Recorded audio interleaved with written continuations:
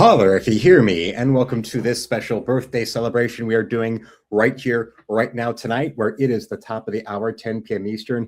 And well, let's all go and have ourselves a little good time that we're going to be doing right here, right then, right now. And if I get the occasional hiccups or whatever, well, you know, it's a matter of some other things I was enjoying earlier tonight.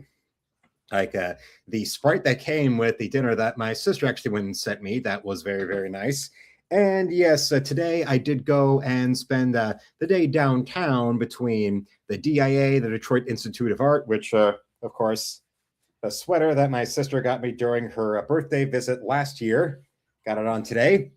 And when going around there, of course, they have a little gift shop there. And there was something interesting I did come home with from the DIA, being this. No, this is not an actual lens camera or a camera lens, but if I open it up, and I also want to thank Kim earlier for sending in an email response to issue 1 of Encrypted, as well as going on in there and saying that there is a parcel coming my way that should be up from Australia within the week. That is nice to see. That's nice to know. And yes, what it is a thermos that's disguised to look like a camera lens. It looks like a camera lens, but no, it's actually a thermos. This would be an interesting way to have, like when it comes to going to one of those conventions where I have the coffee laying out for me in the morning, well, I can simply now pour it in here and bring that up with me on the way up and over. What do you think of that? Keep this around. Keep this definitely safe. Keep it secret and keep it safe. We're going to be having this, of course, with me for the Warren Elk Show on March 7th. And besides that, there's also the show we're going to be doing, Dawn of the Collectors, on the 19th of April. And also there's going to be another show from the people that run Warren Elks that's going to be in April as well. I don't have a table for that, but that'll be the first time I've gone to that. I'll be going to that one, simply called the Michigan Comic-Con. I'll be up there for the day that's there and see if I can go around hawk my wares there successfully. Because even today, the other spot I went to, also I went and made good use of bringing copies of Encrypted #1 with me when I was there. And hello to Austin being the first one to come in here. Because before the stream started, we had birthday celebrations and thanks and all that coming in from Shadowhawk Talks and from Relentless and from Nick and from RJ. Now we've got there. Ooh, now that's a lens. Yes. A lens you can carry your morning coffee in. And I'll definitely be bringing this with me just to see the looks on people's faces when, got this going. And then, no. What? You can't drink from a camera lens. Turns out, yes, you can. And yes, there's also other, we want to see what else that we got from the DIA today. Came...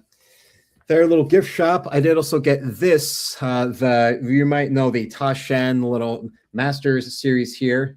This Alphonse Mucha being the godfather of what's known as Art Nouveau, that kind of art style, which, well, 1,000,001 people that know anything about comics will have seen, of course, say Joe Quesada and how Joe Quesada brought some Art Nouveau design into the work he did, whether if you saw his early work with Ninjak over at Valiant, or if you looked at the pages he did for the Kevin Smith issues of Daredevil, where the ornate framing and decoration that you see in your usual Art Nouveau piece was all over those pages. Like, say, you look at this pair right here, this little pair right here. Oh, yeah. Or hell, just the cover alone, that ornamental, put my hand a little, ornamental framing around this figure. Definitely kind of stuff you would see in pages of the Guardian Devil issues of Daredevil. Alan Moore's getting a boner, what? Oh, yes. Taschen Rules, Mucha Rule. Oh, J.H. Williams III definitely has that book. Something like this, yes. Because, yeah, Promethea. I can't remember. Yes, J.H. Williams III also goes and, does a lot of that. But then here's some more. Thing is, when you look at the back, you just get a photo of Mucha. So just get those creepy, glaring eyes looking at you. He looks like a serial killer from the Old West. But then you look at these... you can definitely see that Mucha and his impact on the work of J.H. Williams and on Joe Quesada.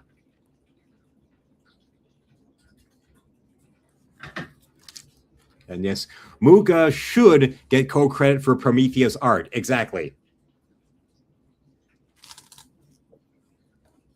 If you want a magic obsessed comic book that's less focused on socialism and rape, there is Jim Balent's indie comic that he's been doing successfully for 25 years called Tarot Witch of the Black Rose, that he's been self-publishing, writing and drawing all of that. It's been going around. It's now celebrating its 20 silver anniversary, I believe, last year. And it's also very much into all the white magic and stuff like that, except, like I said, as much as he likes to draw big-titted women, if you remember from his days of doing the 90s Catwoman, or the Catwoman had the purple tights and all that, Jim Balent does that, something like Prometheus, a lot better and a lot less, like I said, rape-obsessed. Almost definitely the Art Nouveau ornamentation and rendering right here.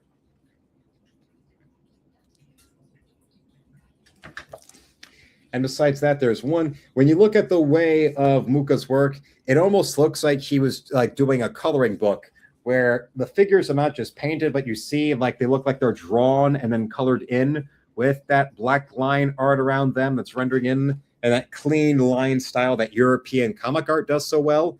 It almost looks like this would be a good point of reference for me to study for the sake of improving coloring skill, because with each subsequent issue of Encrypted, the only coloring work we're going to be doing in the issues is the covers. So studying this to improve coloring skills for future issues of Encrypted for the cover art would definitely work. And hell, maybe in the future, there might even be a color compilation, maybe a surprise like cover edition for Encrypted. However long the series would go, whether we just go to the 12 issues I want to, or if the series gets enough circulation to go on and move on and do more from there, I'll gladly go and do more of that from there. But whatever the final tally of issues would be, still doing then an extra issue that would be collecting all the cover art, where it'd be having to be full color interiors. I'd be all for that. And hello to Ruby who comes in and launches in by gifting a channel membership. Oh, that is good. Oh, that is great. Oh, that is fun. Oh, that is fine. Thank you so much. And let's give her all and everyone else out there a look at the page we did last night. How now we are only 9 pages away from completing issue 6 of Encrypted. So we have the progress continuing, the momentum going. We're going to moving on from there. And of course, over the weekend, I will be making up for the lost time, because yes, the other makeup work for doing art pages of the comic, as well as circulation when it comes to growing the circulation of stores, because today we actually did expand into now a 10th store carrying issue 1 of Encrypted, because the other major spot I went to today when I was downtown was that John K. King Used to Rare Books, and John K. King agreed to stock issue 1. Yes, I just happened to bring 10 copies of issue 1 with me, because I thought, well, you never know, some situation might go and happen, and do that. But then, oh well, at the end of me going to John K. King, I told the lady there, who's the co-owner that I talk to whenever I go there, about, oh yeah, I started doing my own comic. I happen to have a copy with her, and she said, oh yeah, we'd love to go and be able to stock this. So like 3 or 4 copies, put it up in there. You write down your information so we can have a note on there, and have it as a local author. And I happen to have, oh well, then how about I've got 3 copies I can sell you right here. And they bought them, at the actual sales cost you see in the store. And yeah, they now have them on display in their store, and their promise of future issues. All I have to do is that, when they're printed, show up, come downtown on one of the days where she would be working there, which is Wednesday through Friday. Show up there, downtown, and with, say, sometime, either coming up in March, with copies of issue 2, since they've got 3 copies of issue 1. And of course, to thank them for that, they've got, now that means, yes, John K. King Used to Rare Books is now the 10th store to be carrying issue 1 of Encrypted. That is amazing. And RJ says, would be amazing to see in color. Yeah, like doing a future cover art like collection of, because the cover art for Encrypted is always going to be in color. I'm doing it the old-fashioned black self-published way of color covers with black and white interiors, and doing all the cover art together. Or that would be like the first thing I would ever have printed. That would be fully colored interiors. And let's see, we've also got Alpha Proto in the chat. Happy Luke Day. Thank you for that. And well, of course, there was what we sold there, thanks to them being the first people to go and actually order copies at cost, where yeah, they paid for it. Where all the other stores I've done, it's either a consignment deal or it's a consignment deal where I sell them in a bulk order at a discount. And here's one where no, they paid for the cover price. And hello to Kim Ryan right here coming on in. Oh, yes, oh, yes, oh, yes. We actually already mentioned you earlier, and thank you for the parcel you said was going to be coming sometime soon, as well as now Kim went and filled out, sent a message about issue 1 of Encrypted that will be printed in the back in the letter section of issues 2, because yes, all those who've bought Encrypted, there is that email in the letter section of issue 1, and if you will, we've got my cousin sent one, my mother sent one, and now also we have Nick and now Kim have all sent in responses that will be printed in the letters section of issue 2. And yes, Kim now just joined in right there. It's a very big celebration. And yeah, there was something when I was there going around, I was looking for at John K. King that I showed Kim when it was, and that she would find it amusing. Yes, we did find this there.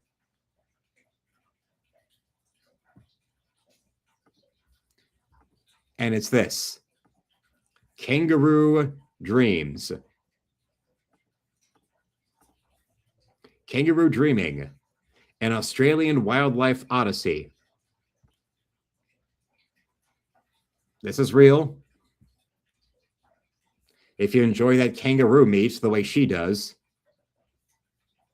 And Austin says, I love that a letter section is coming. Yes, Austin. And with you actually having issue 1, remember, there is the email printed in the back. So you, my friend, could also go and send in a letter if you feel like it. All you got to do, just follow the email address that's printed in the back of issue 1. Email me your response to the comic, and I'll be putting that in there, because we're 5 days away from going to print on issue 2. So you've got 5 days to go and email me what you thought of issue 1 so that you can see your response in print in the letter section. And also, especially since Austin was the first one to go and get a pre-order for issue 2 the day we launched it, its availability, so that's especially fun. Yes, by Edward Kanzi. Did you know they swim? Nope, I did not know that kangaroos swim. And hello to Abe out there. Hello to Abe. For the first time in a long time, we've got Abe in the chat. Everybody say hello to him on this night where we have my birthday celebrations to go on in, and also with issue 1 of Encrypted now being long up and ready and available in my hands right here for all of you. Everybody say hello to Abe. Welcoming in all the way from the UK. There's a lot of anarchy in the UK, but not with Abe being around.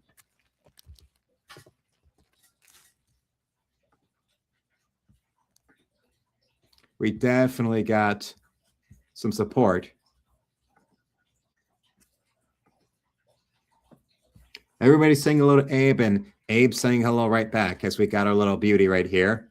Our little issue 1 beauty to show off, as we always should. Just having a little bit of a flaunt as I'm looking. Oh, here it is.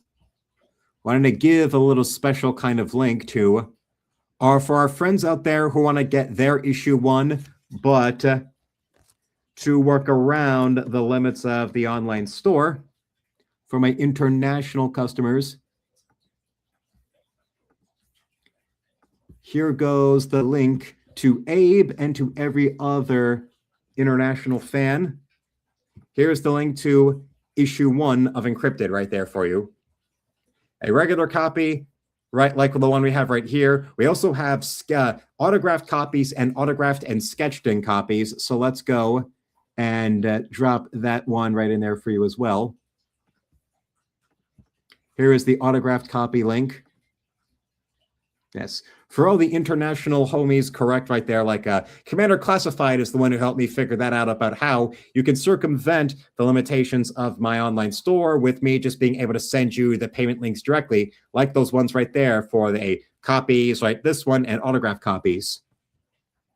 since issue 2 is up for pre-order, and it will be up for pre-order and will continue to until the print run to issue 2 comes on in. And remember, there's the Iraq Now while supplies last, because we're down to our last 100 copies of issue 1. And remember, there's a lot more comic shops out there I'm going to be contacting from coast to coast here in America. So it's definitely an act now while supplies last, so that all those other comic shops or other stores within the city right here will be stocking them up as well. And don't forget also, Abe, we actually do offer subscriptions. So let me go and give you all the subscription option.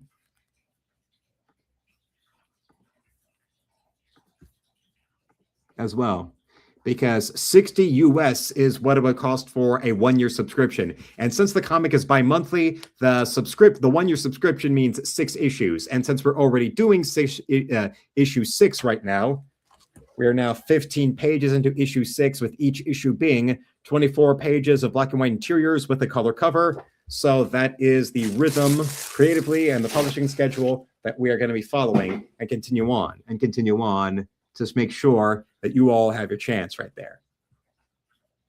Because there's going to be a lot of time and a fun time. You know who else also thinks that you should go and get yourself an issue 1 copy? Now, I don't really feel like holding anybody at gunpoint that doesn't deserve it. But if you're not going to get your hands on Encrypted, then you deserve being held hostage this way.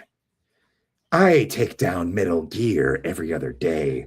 What makes you think I'm going to be afraid of threatening you in what it is I have to do? You don't scare me. You're all peons. Yes, a little Solid Snake. A little Solid Snake fun.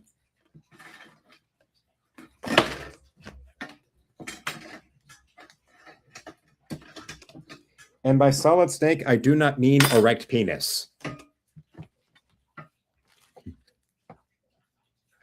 Yes, MGS. Snake is my favorite snake. Yes. This is one of the McFarlane Metal Gear Solid 1 toys that they did when McFarlane first started expanding into doing toys of non-Spawn related licenses, like for Metal Gear Solid or for the X-Files movie. And then there was the movie Maniac stuff. This was what I got for myself when I went to the Dawn of the Collectors show earlier. And actually, the vendor who went and I bought this from also wound up dropping in a nice little comment on the Art on the Road video I did during that time right there. And, well, he is going to be also a vendor at the next one in April. So, you know, for this will be my first time there, so I don't know where my table placement is going to be. But if I have, good placement right there, hell, it could be next to the gentleman right here who had this and said he had other Metal Gear Solid models right there and toys like that from the early 2000s McFarlane ones. I know that since then, there now are those Japanese toys, the toy manufacturers that have done Metal Gear Solid characters like Solid Snake or, of course, Sniper Wolf or Quiet.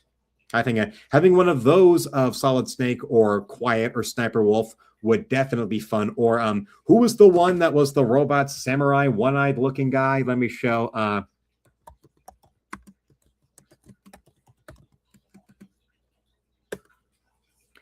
I can't remember what the he was. Oh, characters. Here we go. No, let me go for actual Metal Gear Solid, the very first game. All right, there we are.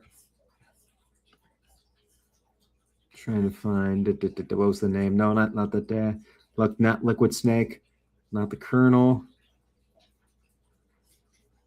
Gray Fox, that's the guy. Yes, Gray Fox. Between Quiet or Sniper Wolf or Solid Snake himself, but also Gray Fox, that guy. Those would be cool ones to see. Those would be great ones, kick-ass ones to see and have. And also, I think I have 2 of those, the Sniper Wolf and the Revolver Ocelot McFarlane toys of Metal Gear Solid 1. Yes, they did 8. Oh no, wait, yeah, that is 8 with an exclamation point. And I remember there was like a limited variant they did of these of snake that were of solid snake that were like clear plastic, which that him going invisible, that'd be fun to see. Since I already had a sprite earlier on stream, I'm just doing with the water. Yeah, instead of the sparkling cider. And if you want to see what it was particularly, I did go to John King and got, well, one of them is of a Tom Clancy-esque author. This one, Crossfire. Yes. No, not You'll Get Caught Up in the. No, not the political debate show that Tucker Carlson was on. This is a siphon filter style political thriller type of story, which things like that, like the work of Tom Clancy, are very much things to, have on the brain and have reference for when you're doing something like Encrypted. And besides that, there is also, I thought this was fun. This was useful. It's called a European phrase book. This wasn't even something I was looking for. I was in line with that and the other things I'm about to show you when, this European phrase book was there on a little rack. And, well, of course, the language I'm actually interested in because they're one of the few European countries that is actually deciding to slap back against all of the ethnic replacement with Islamo thugs, of course, Italian phrases. And out of respect for Salvatrice, the new Prime Minister, Giorgia Meloni, yes, the goddess who is saving Italy from Islamic insurgents. Let's see. I had some ones right here. Because it is Febbraio in Italia, yes, this is the time to celebrate with Meloni. And Austin says, yeah, I've got Sniper Wolf inbox. They also did Psycho Mantis, Meryl, Cyborg Ninja, Vulcan Raven, Liquid Snake, Revolver, Ocelot, and Solid Snake in 98. Ninja, isn't that supposed to be Gray Fox? I think his actual name is supposed to be Gray Fox. I feel like Luke might make better use of this Sniper Wolf toys rack for artistic reference than I ever will. Well, Austin, absolutely, yes, I would. Absolutely, yes, I would. And also, recently on a stream, I did ask the audience if they would want to see me draw Sniper Wolf, and yes, they all said yes, draw Sniper Wolf. And trust me, well, there will be a break that I'll be doing after I finish drawing issue 7 of Encrypted. I will take a break from doing all my Art Uncensored streams as pages of issues of Encrypted, so that would be enough time to go and have proper reference for Sniper Wolf to draw her. And yes, Austin clarifies, Ninja is Gray Fox. No idea why they call him Ninja when, yes, in the story he's called Gray Fox. Nice. I'll hit the post office. Thank you, Austin, because yes, we have I'll be finishing issue 6 of Encrypted before February is done, and then through March I'll be drawing issue 7. So that's more than a month of the prep time and all that for our friend Austin to hit up the post office to send out the Sniper Wolf stuff so that we can have Sniper to go right alongside Snake. It's fun to do the David Hayter Snake voice. Welcome to Burger King, my ticket order.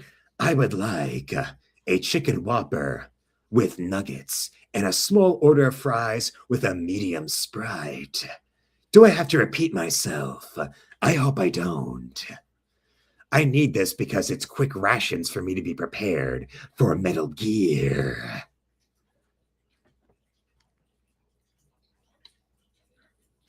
Yes, I'll hit the post off for art. Yes, for art. And Austin brings up, Otakon will be so jealous. No Otakon toy in this line. Exactly, bitch. Now you know. Imagine him reading like bedtime stories with that voice. Wait, I need more water.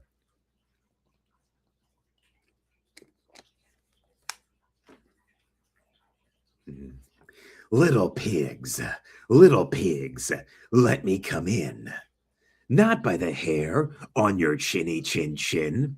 Well then, I'll huff, and I'll puff, and I'll blow your house in. Three blind mice. See how they run. Three blind mice. Am I trying to do Snake Plissken or am I trying to do Triple H? I don't know, so I'm trying to do both. I like that Snake would actually smoke, albeit, took a bit health off. A little detail there, yes. You've got Kiefer Sutherland beat. If anything happens to screenwriter David Hayter, they could call Luke. Exactly. Now, what is the plan? What are you doing? Quiet. Speak up and tell me what it is you want. What is the next option we have? I'm sure your plans for world domination involve nukes, and I'm supposed to stop those nukes because I'm not supposed to have anything good to say about nukes. I have to just keep on doing this voice because this cutscene has another 15 minutes going on. They understand pacing about as much as Lawrence of Arabia knows a small running time, so I have to keep on yammering and yammering and yammering. Now, Sniper Wolf, am I going to have to keep pulling my gun on you, or are you going to take your top off so I can tongue punch that sweet little ass of yours properly? Like that one scene in the Pam Anderson movie Raw Justice, when she gets sexually mauled by a bounty hunter who then yanks off her cutoffs and jams his mouth all the way up in that ass before giving her some cornholing. Because I am the great cornholio, you will bow down to my almighty bunghole. In my land, in my country, we have but one bunghole, and it's the one bunghole that you will pray to. Because I have no teepee where I come from, and we have but one bunghole. I am feeling the stigmata all the way from Lake Titicaca. Now, will you provide me with the teepee? I shall kill you, Gray Fox, if you do not provide me with more teepee. Now, Sniper Wolf, have you any teepee to go and give to my bunghole? Are you threatening me, Liquid Snake? And yes, that is we're going to need another drink of water. Just a little bit right there. There was Crossfire, I showed you right here. The DK European Facebook, which let's look. Of course, the Italian ones were the ones I was looking at the most, but there's also Spanish, Swedish, Portuguese, Polish, Norwegian, Hungarian, Greek, German, French, Finnish, Dutch, Danish, and Czech. It'll work. It'll help. Oh, with Metal Gear. Metal Gear. Yeah. Ah. Yeah. Ah. And last but not least, we got something I had heard about thanks to Razorfist from his Hollywood Was Always Red video. One of his reference points for studying in that video being Hollywood Party, right here, Hollywood Party, how communism seduced the American film industry in the 1930s and 40s. And well, maybe now I know a good reference point and inspiration for what would be an issue of Encrypted to do that would be built around Fiona in Los Angeles. Something to do with the old communist infiltration of Hollywood. And how the Red Scare is just revisionist history and that, no, there really were communists usurping Hollywood. And of course, being the kind of gentleman I am, last but not least from John King, a couple of new for in my collection of Playboy. the massive, extensive collection of Playboy that I have now includes the January 1991 issue, where the centerfold, one of the few times that the centerfold was on the cover in the 90s, where Miss Ohio 1990 is now Miss January 1991. And every January issue also was the Playmate Year in Review. And because remember, Miss 1990 was a special ebony princess by the name of Lorraine Olivia. In this issue, where you see the Playmate review, you get to see another good look at Miss November 1990 Lorraine Olivia, who was one of the cheerleaders from NBA Jam.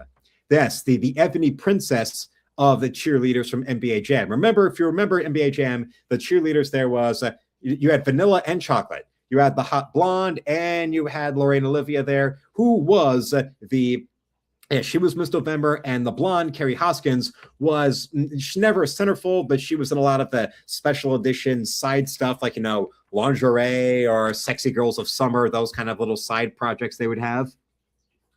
And Mark Daly in the chat saying, late to the party, happy birthday, Luke. Thank you right there to Mark, because and also, yes, saying hello to Kim right there, because Kim, she just came and brought in another letter to the letter section of issue 2.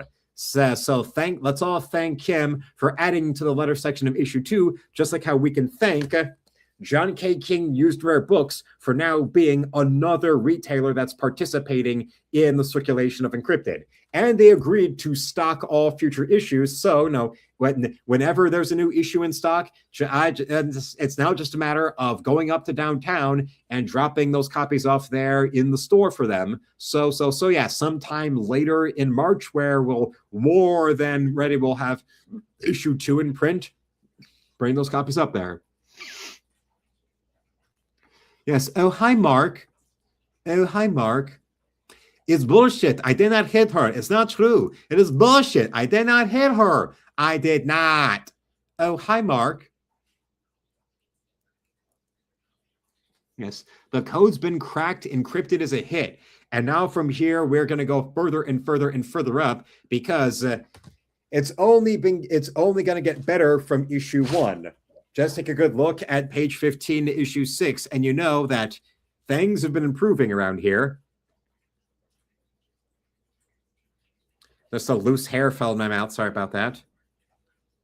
Especially with, the Italian Prime Minister as portrayed in this issue. Yes. Signora Anna Marie Falci. Yes. Salvatrice, as she is called in the story. Signora Salvatrice. And besides this issue of Playboy right here of January 1991, the holiday anniversary issue, we've also got this issue, April 1988, with Vanity on the cover. Oh, yes, the nasty girl.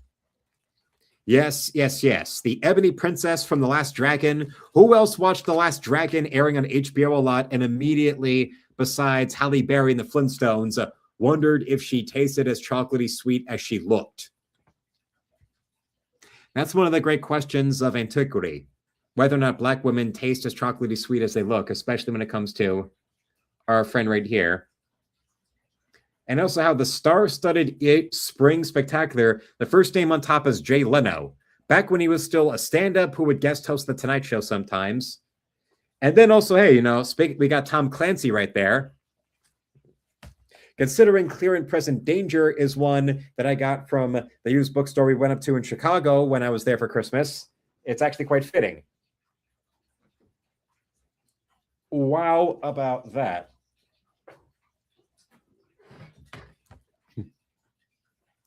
But now let's get into the unboxing stage of things.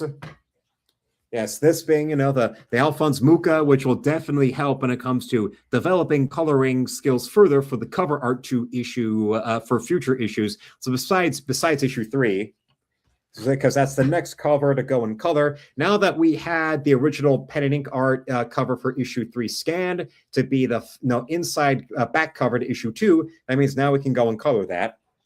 But let's start with this one right here. This being one of the presents that my sister sent.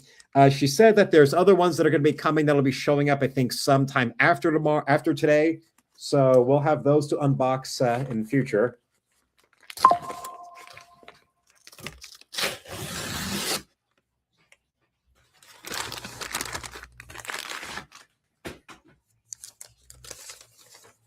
Oh, ho, ho, ho, ho. Let's take a look at this beauty. Dr. No by Ian Fleming. Oh, yes. James Bond in all his glory. Right here, right here, right here. Not just any James Bond book, but the first, the cinematic debut of 007. Oh, yes. Happy birthday. Enjoy your gift right there for my sister. Oh, yes, yes. Remember, this is the novel that is, remember, the first movie where you get to see Ursula Andress stepping out of the water with those conch shells in the little white bikini. And from what I've heard, in the novel, when you see her stepping out of the ocean right there, she's actually naked. And especially considering that Ursula Andress did wind up doing Playboy later on. And yes, I do have the issue of Ursula Andress doing Playboy. I certainly hope that Mr. Fleming is very visually descriptive with his women, as much as the films of his work like to show off the ladies. Oh, yes.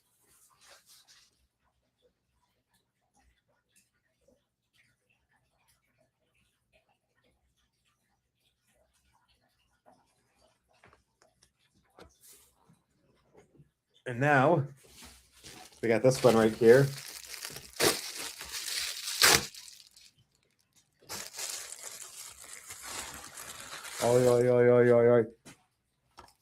Oh, yes, yes, yes, yes, yes, yes, yes. This one that came from Nick, we've got La Femme Nikita, the assassin classic of the early 90s from France. The film that swept all over the world became such an international hit. It spawned multiple remakes from Hong Kong and Hollywood, as well as a TV show in the late 90s, and then a reboot TV show in the late 2000s. Oh, yes, oh, yes, oh, yes, starring Miss Anne Perriot, whose only brush with the success of La Femme Nikita, her only real crossover into Hollywood leading roles being in the underrated Innocent Blood, that early 90s vampire film that she starred in as the naughty little vampire lady who lives for food and for sex. But since her man had left her, now all that was left for her in her life is food. And when you're depriving a lonely but lusty French woman of her need for coming and for a man's cum, that makes her all the more of a predator. Oh, yes, yes, yes. Yes. And of course, yes, being the big international breakout for director Luc Besson, it was directing this that's what gave him the inroads to go and do The Professional and The Fifth Element, and unfortunately, Lucy and Valerian. But it all started with this, and as always, he always could not keep his dick away from his lead actresses. So yes, after doing La Femme Nikita, he did marry Anne Perriot, and then eventually they divorced. Then he cast Mila Jovovich for The Fifth Element. They were married, and then after their follow-up movie about Joan of Arc bombed, they divorced, and I think he's remarried since then. Oh, this is one of those Blu-rays that has the little extra, like, open seal. Oh, like a little door. Oh, yes, yes. I don't really need that.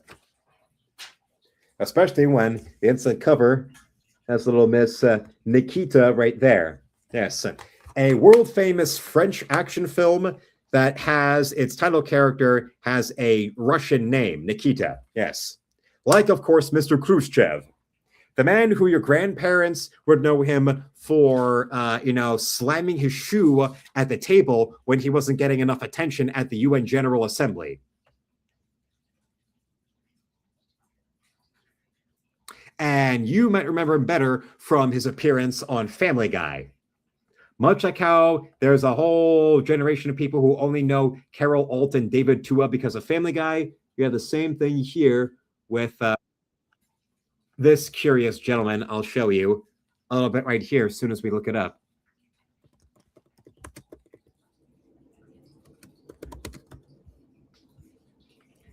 I want you all to see this. This is a celebration, motherfucker. All right, here we are. We apologize for the hijacking. Yeah, that's okay. You know, you people are nothing like the communists they show on TV. We now return to the communists. Yes.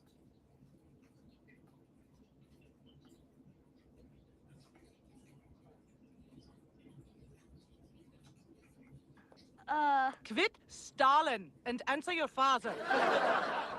Go ahead, honey, and tell us your marks. Like Khrushchev? Did somebody say Khrushchev?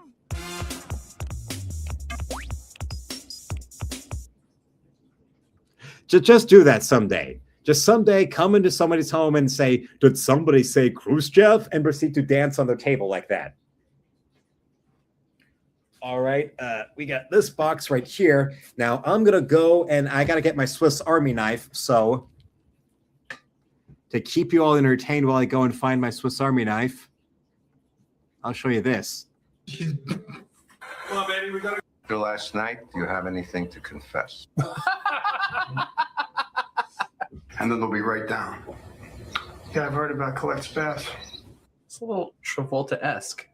There I mean, he is. We're assuming he's even. Oh, yeah. Yep. Okay, that's our intro. Pam called it by her left breast.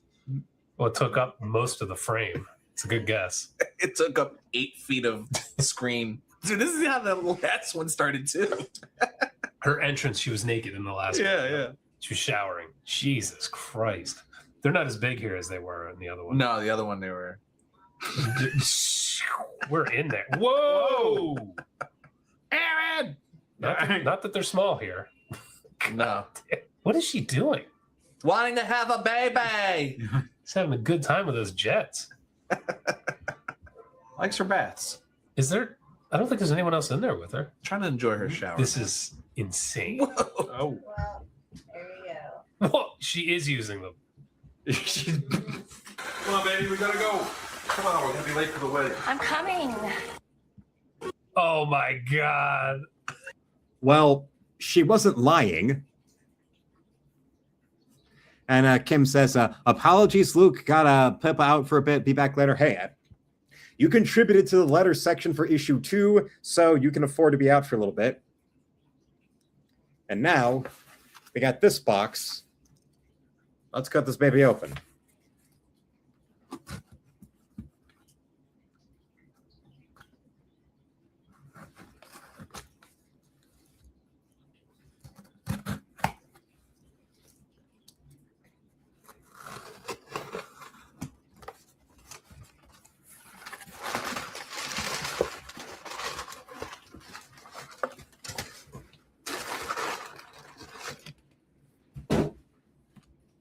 Oh, ho, ho, ho, ho. Take a look at this now.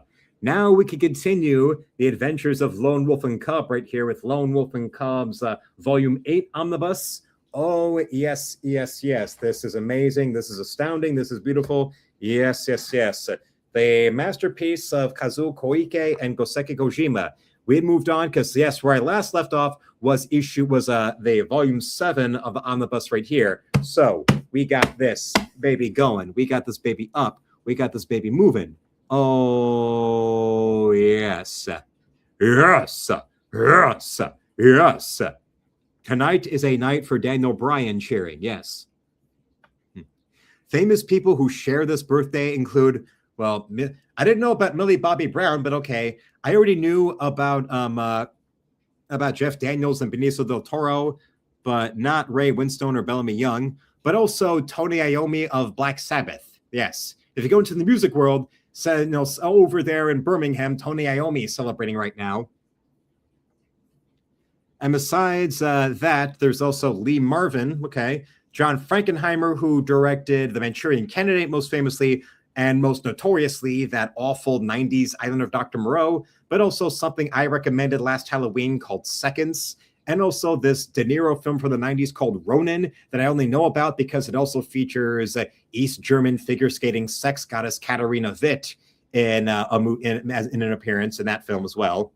Around the time she did Playboy, and also had a little part as herself in Jerry Maguire and on Everybody Loves Raymond.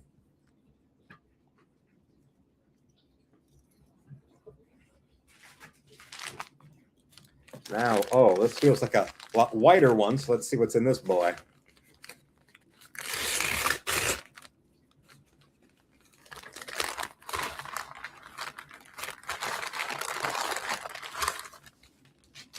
Wait. Let's see.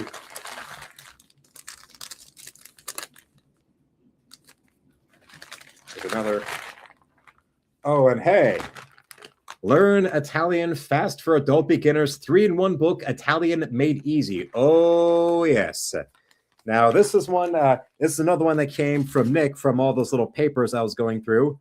Oh, yes, yes, yes. So now, when it comes to the language of the country that's currently hosting the Winter Olympics, a Winter Olympics that's actually being hosted in a land that actually believes in its own goddamn country and its own country spirit. And also, when my sister flat out asked me which country in the world would you ever want to visit, I said to visit Italy. So, well, hey, now we've got learn Italian. So I better master this. So then, for whenever that day strikes of being able to visit, no, not now we've got it. There is the Lake Como Comic Art Festival, which is a huge one that they have every year. Like, that's the one where the Americans that go over there are the superstar names. You know, you're like when Neil Adams was alive, or Frank Cho, or Adam Hughes. They're the type of Americans that get invited to go over there. And actually, when I was at John K. King earlier today, one of the things I saw in their comic aisle that caught my eye, but I wound up not getting, was they actually did do a trade of this comic called The Maze Agency, which is it was a Comico title from the late 80s that's best remembered for being the earliest like comic art jobs that Adam Hughes had. The Maze Agency, that was his first job when he was still doing actual like interior art. That was his first penciling job there. And then eventually from there, he wound up going to DC to do that run where he was the artist for a bit on the Keith Giffen, J.M. DeMatteis years of the Justice League before he settled into being the most in-demand, TNA cover artist.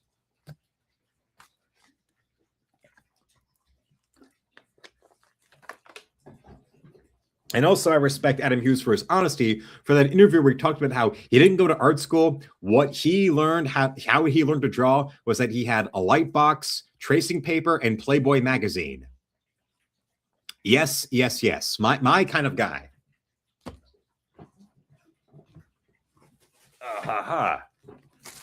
What is this one?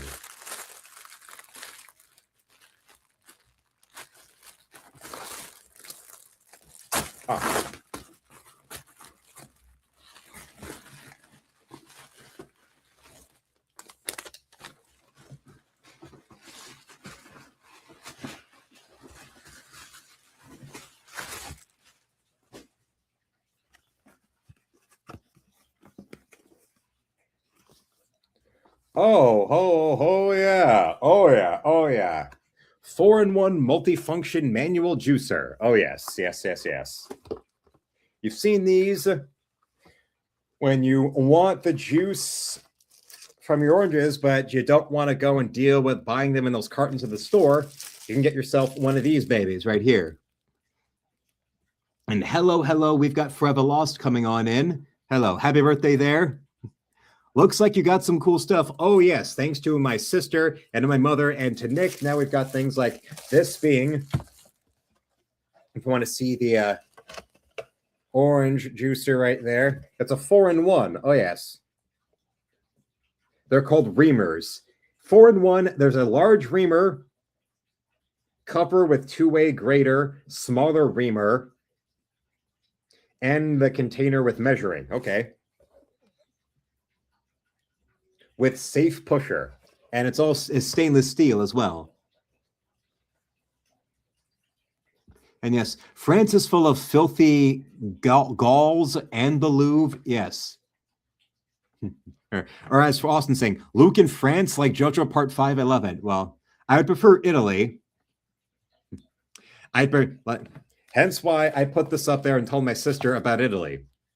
Yes, learn Italian fast for adult beginners, 3-in-1. Well, 15-minute daily lessons and 30-day study plan. All right. And there's a free audio pronunciation course. Well, I already got the book, so now we know. Huh? I don't have to grow a mustache to learn it. Mark says Ronin wasn't bad. I've just heard of Ronin. I haven't seen it. I mean, I know of it. Like I said, that came out, or I remember because that movie was out there and my father talked about it, because also that was the same year that Katarina Witt did Playboy. So of course he was going to know for that way. And if only because he was drooling over her ever since the 84 Winter Olympics, the ones in Sarajevo. Yes. Or Lone Wolf and Cub, Mark refers to them as the original Mandalorian and Grogu. Yes, but without any of Kathleen Kennedy's bullshit involved. Lone Wolf and Cub is dope. Yes. Best manga ever. And I'll fight you on that one. Austin says Berserk is a good time. Love the band of that Band of the Hawk. Yeah, Berserker is great as well. Like I do have that volume 1 deluxe edition of it. You know, those big editions they have of Berserk that are like the King James Bible. I've got the first volume of that. And yes, that is great. Yeah. Ronin is dope. Ronin wasn't bad. Well, I think it would be one of those movies that is always available, that you could find always easily on like a Pluto or a Tubi. So maybe. And yes, Lee Marvin was a stud, and I've only ever seen the man in Delta Force when he was a withered old man who got the part because Charles Bronson said no. And also, let's not forget about him being on the service end of what the state of California said as the legal precedent for common law marriage. You know that Saturday Night Live skit where Dan Aykroyd calls Jane Curtin an ignorant slut? Well, the context of that is him arguing against Lee Marvin's live-in girlfriend getting millions of dollars even though they were never married. But then that's what led to the legal precedent of common law marriage. Was how many years they lived together without being husband and wife. Why all the Italy books? Is a trip coming up? No, Austin. It's just something where I put this on the Amazon wish list on account of how I my sister asked me which country I would want to visit, and I said visiting Italy. I also wasn't expecting this to arrive as one of my presents, so that's why that phrase book that was European. I picked that one out as well, but that just has phrases.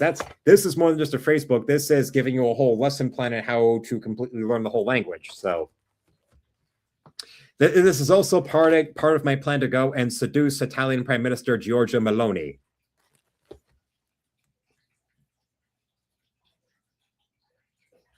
They filmed the I Don't Like Sand Anakin scene there in Lake Como. Well, okay. So it's famous for a comic art festival and for I Don't Like Sand.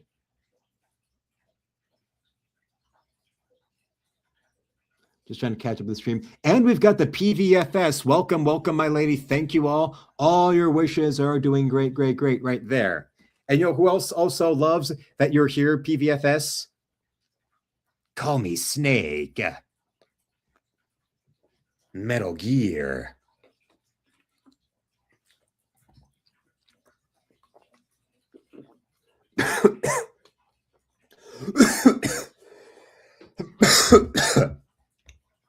I shall have to challenge you.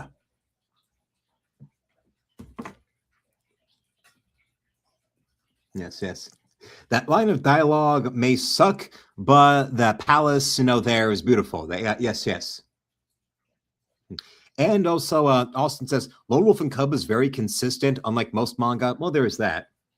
I mean, I'll say this, with the way I've been working on doing Encrypted, I think of Encrypted as being like the early days of Marvel's Conan. If you looked at the early issues of Marvel's Conan the Barbarian, and you see that being Barry Windsor-Smith's first regular job drawing comics, definitely you see a guy who was starting out one way, and then over the years of him doing Conan the Barbarian, you saw him with the, each issue bi-monthly, developing himself artistically to the point where then, right around the time you get to about 2 years into the title, is when really Barry Windsor-Smith as his own artistic identity really comes forward. And then it's really perfected with the Song of Red Sonja, the final issue there that he did before he quit, and then walked away from comics for about a decade. Yes, Austin, love BWS's Conan. Actually, Austin, I've got the Marvel Epic collections of those first couple years of Conan, so I can see that. You see it all the way from the imitation Jack Kirby started out as into the man who brought fine art romanticism into Marvel Comics. And well, for those who've read issue 1 of Encrypted, you'll most definitely see from those pages there to issue 1 that just what we're doing here with issue 6 is a far cry, issue 6 being visually a far cry away from issue 1. And I would hope so. I think it would be a detriment if I was, a new man or a developing man from issue 6 after issue 1. Yes, like Watsuki and other mangaka, exactly. And Mark also brings about Lake Como is a beautiful coastal city with lots of multicolored pictures, frequently the subject of jigsaw puzzles of various sizes. Well, I might be able to design some myself if Encrypted were to get big enough that then there would be the Lake Como people calling. Then I can go and bring my new camera lens thermos. Yes, they were selling these at the DIA. It's a thermos that looks like a camera lens. If I wind up accidentally trying to attach it to the Nikon I have right here, don't be surprised. So.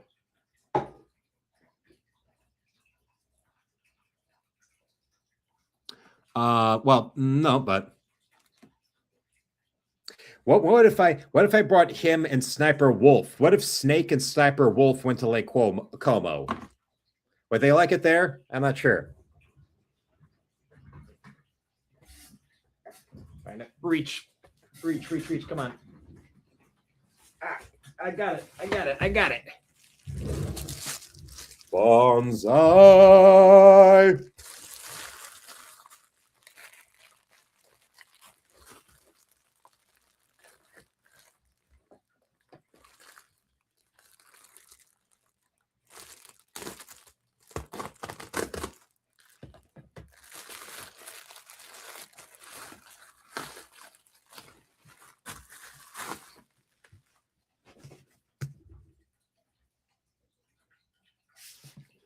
The Big Book of Cyberpunk. Oh, yes. Featuring stories by Madeline Ashby, Maurice Brodus, Pat Cadigan, Cory Doctorow, Ganzier, William Gibson. Oh, yes. Let's see. Neil Stevenson, Quintum. Oh, and many more. Oh, yeah. This is a big one right here. Oh, yeah. You get such classics as Jingle Balls, Santa Claus is Coming on Moms, and who can forget Frosty the Dope Man? Or how about All I Want for Christmas is the Charges Dropped, D's Nuts Roasting on an Open Fire, A Sleigh Ride in My 64, and Yup Bitch, It's Christmas, and many more. Wow. Yo, that's happy. Winnie and Bobby help me. Wow. Ow. Oh, wow, wow, wow. Ow. Oh, no. We got the, and remember, we got one last big one down here. Let's see what's in the big one.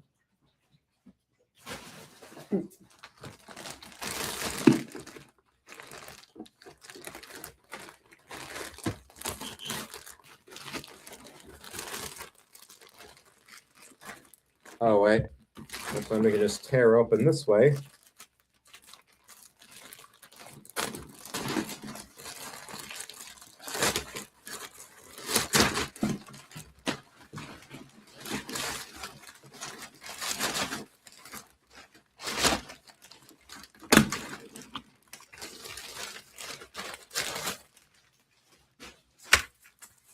Oh, it's a Lego platforms and the Lego classic set right here. 484 pieces in the classic Lego set, and the bases of them that apply and make your own little models on. This is amazing. This is astounding, and it's no bullshit. Got everything from they go from all the colors from the white to gray to gold, red, blue, orange, purple, green, and we even got black ones in there. And they also include little tires and little propellers, it looks like it. So we can now do all kinds of things with this. Maybe make our own little models for those YouTube shorts I've been doing, little Metal Gear parodies shorts I've been doing, or even like doing models for locations to do in Issues of Encrypted.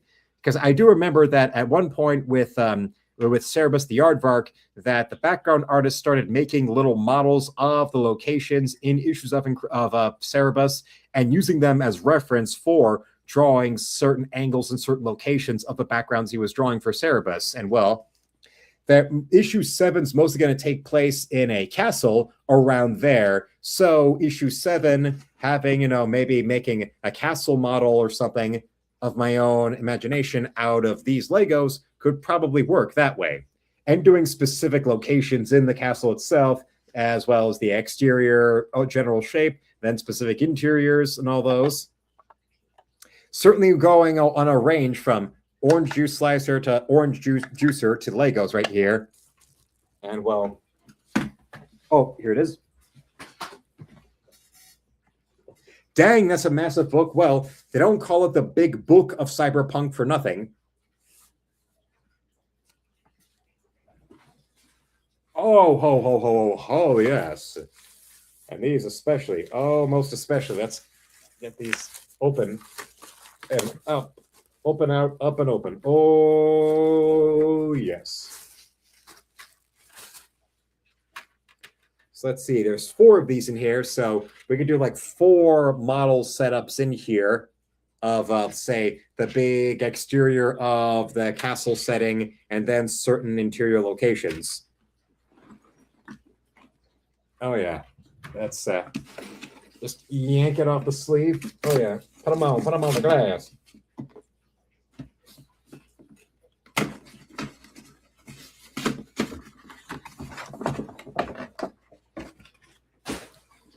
Luckily, it already came with a nice container.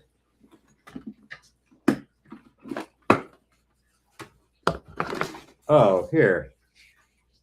I could win and give your short big about this set for a chance to win a prize. And it's got all the different sets, including a little activity book where it shows you how you can make a little model train. Or even a little model tree. Oh, these are actually cool things to try out. The pieces come in these different little paper models.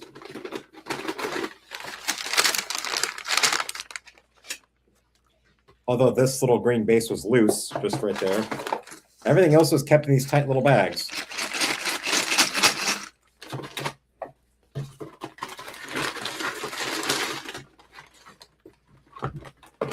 Also con la Davido. Dona Canedo, la Beladito.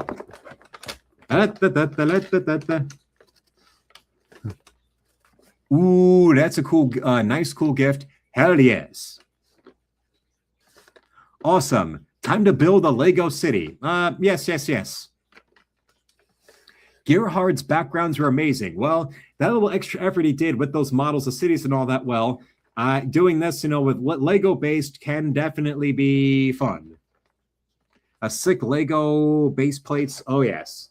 And they come, unlike the levels in FPS games ever since Call of Duty, these actually have different colors. Gray, beige, but also blue and green. So it's not all gray or beige. Very fun. Yes, in the 5, the 4, the 3.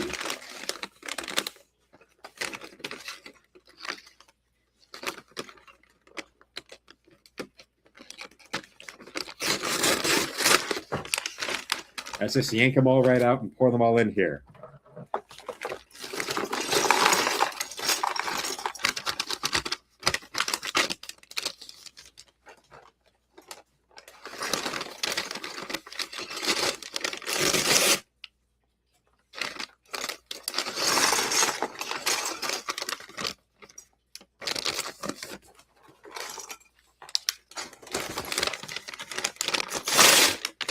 Oh, crap. One fell. Oh, there's bags inside the bags.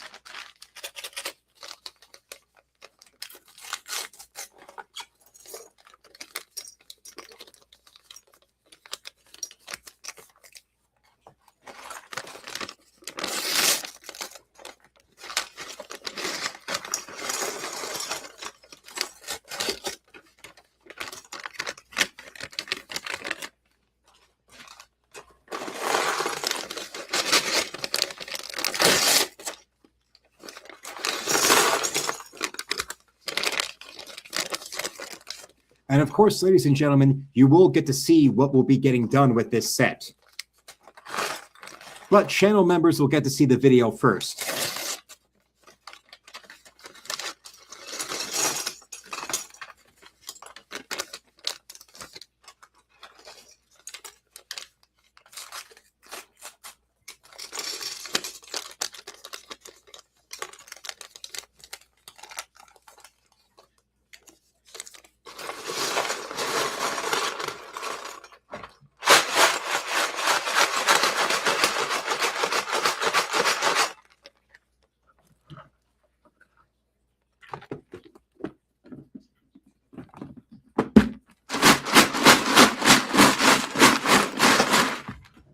Very nice, very beautiful. And now let's go and try to see some Italiano perform right in here.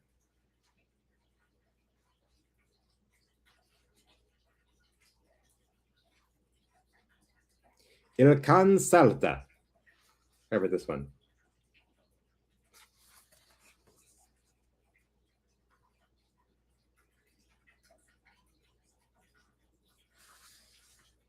La Babina. Yes. Yes, Signora right there, Miss Georgia Maloney. You could refer to her as La Bambina. Or, well, if she has any nieces or nephews, you can call her La Zia as well.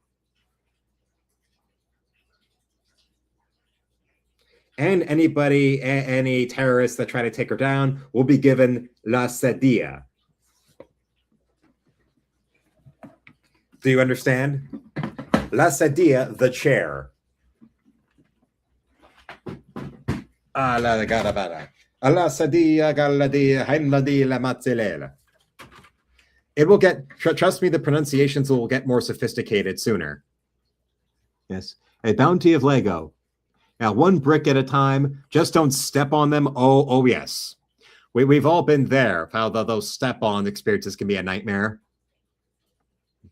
I like the old clear plastic bags, but, you know, say la vie. Well, the plastic bags, I remember seeing those, but I'm guessing those went out of style or, you know, choking hazard, because with kids, they want to make it childproof, which, I mean, all right, I get it. I understand. Oh, della Gobila. How about the keys? Oh, let's Mario. And Mario, let's go you. How about the keys? How about the keys? Oh, why? Because it's me, Mario. There is Mario, and then there is not Mario. Do you like a Mario? Mario, yeah, or Mario, nay? I need you to tell me so that we can have a bit of fun with a Mario. The Mario who enjoys the Lego. The Lego, oh. So much for how Italian people find Mario offensive, when now there's a town in Italy that has a real statue out there of the world's greatest plumber. Yes, Mario himself. You want? I'll show you that again. Mario and his statue.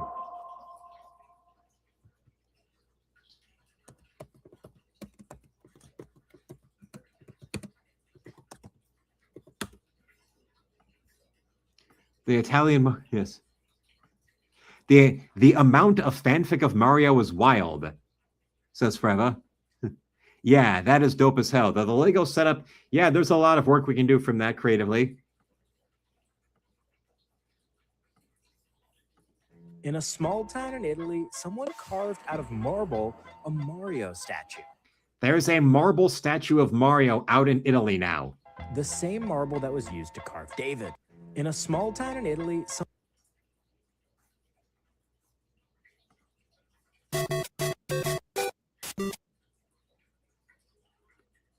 At the Italian city of Pietrasanta is Mario.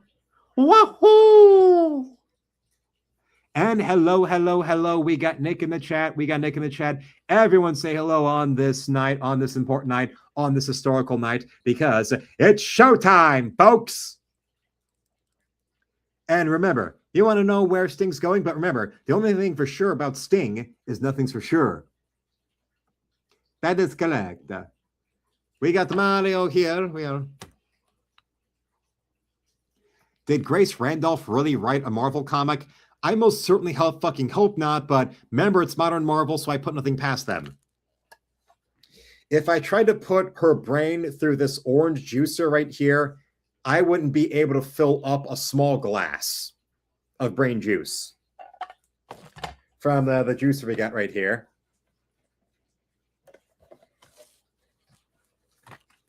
Although there are plenty of things I could be saying against her negatively now that in a different language, now that I can learn Italian. It certainly would be less violent than what would be usually happening in something like this. And she's definitely one of those types where if you gave her a set like this, she would just wind up putting them up her butt or something.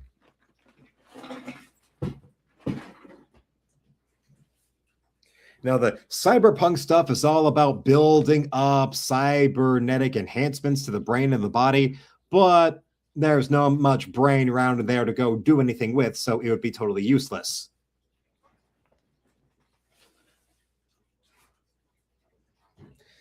But that's why you have a Mamma Mia Pizzeria. Everybody's saying hello right there. Yes, everybody's saying hello. Or as Austin brings up, wow, we need Between Two Ferns style show hosting Luke and interviewing failed nutty comic writers like her at a con. Yes.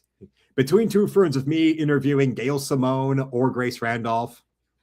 The rest of those unemployable nutcases. She wrote Marvel Heroes, a 4-issue miniseries about the teenage years of female Avengers and X-Men Nation X. Oh, well. Oh, fuck no. Now I thoroughly understand why the people at Friday Night Tights have such a personal level of anger against her. It is very much well-deserved. But when it comes to something that involves a little bit of creativity and thought, there is this. Bundle and save on insurance. Liberty Pippity. Swoon. Swoons? Oh, I love those birds. これはですね、レゴブロックのセットをプレゼントしてくれまして、でこれで作ってみたら結構いけそうなんで、実際に CCD のカメラで、こう見ながら天井高すぎるんで、低くしようとかっていう微調整をして、今度それを元に2次元のマップを描いて、3D のデザイナーに渡すというような経緯で作っています。Just a little bit of fun, isn't it? Yes.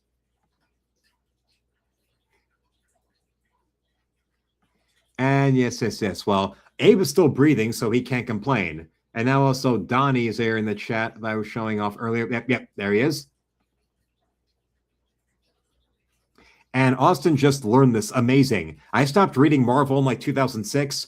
Well, Austin, you did yourself a favor. A very big favor. Yes, the name is Snake. And if you're thinking about changing that dial, don't. I've got a Beretta. What do you have? Nothing. So you better pay attention while I destroy Metal Gear. The Green Ranger is like the 4th Doctor of Power Rangers. Correct. Absolutely, positively. It is as righteous as kangaroo meat, as we saw right here with something I saw at John K. King earlier today. The Kangaroo Dreams. And also now, issue 1 of Encrypted. There it is, in stock at John K. King Used to Rare Books, up among all their inventory. Moving all over the interior. Just under the deer head they have. Yes. So now we have another participating retailer to add to the letter section of issue 2, as well as a new letter thanks to Kim. Yes, they've got that there. Oh, yes. So that is expanding, and we're still contacting for confirmation about New York and LA comic shops to carry issue 1. That would be I cannot confirm that yet, but yes, that'll be definitely great to go and get to have New York and LA stores so that issue 1 of Encrypted can truly be coast to coast. Yes, Kim is a good noodle. And there's something else to show you from the DIA I visited earlier today. In this one next section, they have Steven Seagal's jacket from On Deadly Ground, apparently. If you remember, the only movie Steven Seagal ever directed, On Deadly Ground, the one where he's fighting a corrupt oil company. And then the whole end of the movie is like a 10-minute lecture about the evils of the oil industry. Yes, exactly that. Exactly that. Oh. Why? Because it's magic. Yes. Oil bad. Oil bad. Oil bad. Seagal good. Like the Phil Hartman version of Frankenstein. Oil bad. Oil bad. Seagal nearly gave me a heart attack once. Okay, Austin, is there a story behind how Steven Seagal gave you a heart attack once? I know we would all like to know. We all would like to know. Unless it's something that you are, contractually obligated to not explain. Tonto, fire good. Tarzan, fire good. Frankenstein, fire bad. And yes, do tell, says Forever. Nick brings up, Sifu Seagal, that man waddles with an air of confidence rarely seen in today's day and age. Exactly. Absolutely, positively. That's just how it works around here. And of course, if you don't think I'm not immediately looking up on deadly ground, then you surely do not understand how things work around here. Now let me go and show that for all of you. That's why we're committed on. Looks like a volcano one.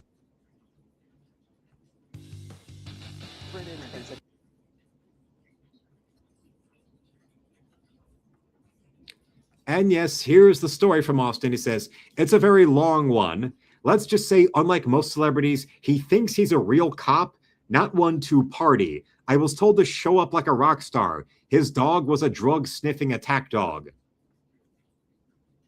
And he had armed guards everywhere at his house. It was a quick meeting as the dog started freaking out. I won't say why. I believe you. Siphon. That it was probably more dangerous than a level of Siphon Filter. Another action game, another stealth espionage action game from that era that deserves more respect and attention than Metal Gear Solid. Who else remembers the glory of Siphon Filter from the PS1 era? And Nick with a $10 super chat says, Sifu Seagal says he wants to snatch your birthday. Just kidding. Happy birthday, Luke. Thank you there, Nick. Oh, yes. Because, yes, he wants to go and snatch every motherfucker birthday. And now that means we have a gifted channel membership. We have a super chat. Now can we go and get an order for Encrypted in the store to make it a trifecta? Because to make a stream trifecta, we have to have gifted channel memberships, super chats gifted, and sales in the store. And remember, pages of issue 1 of Encrypted are for sale in the store if you want to see. The first 19 pages of issue 1 have their own category. Let me show you all right there. Here is the store. And there, of course, issue 1 available in 3 variants. All the same cover, but you've got a regular copy, an autographed copy, or an autographed and sketched in copy. While the same goes for the pre-order stage for issue 2, or you can simply subscribe to the comic, a 1-year subscription for $60 or a 1-year signature subscription for $90. Besides here, we've got prints, original color art, and also some cover. We've got some cover sketches related to Encrypted, but then we scroll down. And here, Encrypted original art pages, the first 19 pages of the issue 1 are here for sale. And yes, Forever, he doesn't want to just snatch every motherfucker birthday. He wants the whole bakery.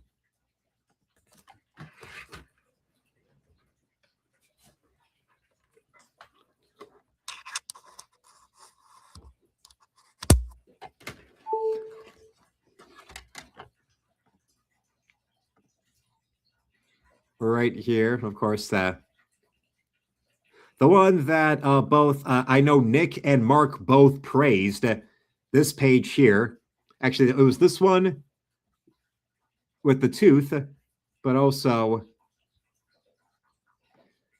this one where it's just the panels with every panel is Fiona's head. Yeah, this is one that is Mark's contribution to the letter sections of issue, that'll be in the letters of issue 2.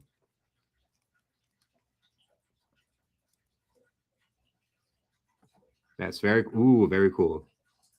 Yeah, this is the page right here. The page of Fiona reflecting on details of the case. So, how do you visualize that? And then I thought, well, something a little less conventional. So, just 4 panels, that's the shape of her head with the image changing in her face. Yes. For all I can prove, William is clean out of the state. A berry special in the name of trafficking. You've never seen evil until you've been ordered by your bosses into sending children to the death of their innocence. I hear they're crying out on quiet nights. Disposing of the bodies is a simple method. You need a vast natural location with no nearby populace, an easy to hide route for traveling to and from, one of the 20 formulas for masking the scent. People wonder how government bodies are able to ever track criminals. The rational know the reason. Any criminal organization is the same as any other. There's no secret. No haunting. Yes. Nick says he's got to go. Have a good night, everyone. Happy birthday. Thank you. Everybody wish Nick a good rest of the night right here, since he was the one responsible for such great things as the orange juicer right here and La Femme Nikita and the Italian learning language right there. So I'll be able to have my own orange juice freshly squeezed, as well as the land of the Italia.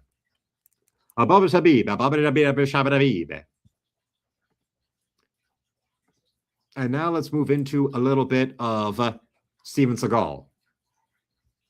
Seagal picked out, since you are here, and particularly off-cam Pam is here. Hello. Yes, Mark, more to this woman than meets the eye, and a lot more gets revealed over time. But remember, this is an ongoing comic series, so I don't want you to know absolutely positively everything about this character, because she does have a past. And it's much more interesting to see, not know her full past or where she's coming from completely. Happens to be the only movie that I know of that Steven Seagal directed. Oh my God. And it is called On Deadly Ground. And I've seen clips of this, and it seems like he's wearing some kind of Native American fringe or something in the movie. So I was hoping you could give us some background on Steven Seagal's cultural appropriation. We have a returning sponsor that you are absolutely obsessed with. This would be Magic Spoon. This is the cereal of my dreams. Maple One, the cereal is 140 calories. Cereal, that's what gets me. So I have to try. When it comes to Magic Spoon, I first heard about them because they were advertising in these videos that Jason Brent was doing. And now when I go grocery shopping, I see Magic Spoon everywhere. So they started with internet personalities, and now they've moved into the major stores. Try it to promote it. You have to eat it all to promote it. To help with what has got to be a terrible movie since he's directing it. For sure. We have some high ABV nonsense. Yeah, Rusty Rail Brewing, Fog Monster Double Hazy. What is this? 9.5. 9.5. Baby. We'll see you on the other side. Blacking out. Good night. You're going to look like you're high in 20 minutes. The man walks with an air of confidence that's rarely seen in this day and age. Steven Seagal. I was not born on a turnip truck. Steven Seagal. And I was not born at night. Let's get to the nitty-gritty here. Steven Seagal. There's some sick shit up in here, alligator. Because now, I will snatch every mother birthday.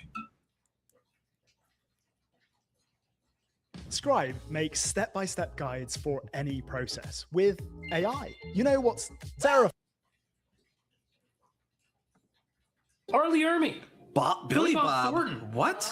Whoa. Well, this is 94. This is back when Seagal was still a star. Yeah. I mean, they let him direct his own big budget movie. Yeah, this was the result of the quick meteoric rise of Steven Seagal from debuting film lead in an action movie to A-list action star. Was this from Under Siege, which was an honest-to-God blockbuster. But at that point, he was such a big name that instead of immediately doing Under Siege 2, he was in the position to make demands. So he agreed that he wouldn't do Under Siege 2 unless he got to go and direct a film that he wanted to go and make as his big passion project, which was On Deadly Ground. Yes, we're dealing with Steven Seagal at his peak. And also, we're dealing with Steven Seagal at the beginning of the end. Yeah. I wonder if he's going to pretend he has some kind of Native American in his bloodline in this. He's going to be dressed as Native American, trying to do a Louisiana accent that's going to go in and out of German. That's right. He was black for a while. Dude, his accents are never like the same. It's in and out of something. He was doing that Asian shit. Oh. Now he's Russian. Yeah. Oh, that's right. Oh, God. Is he on the helicopter? Of course he is. He's piloting They have it. to fly him in to fix the burning oil rig. Oh, my goodness. This is what I've seen.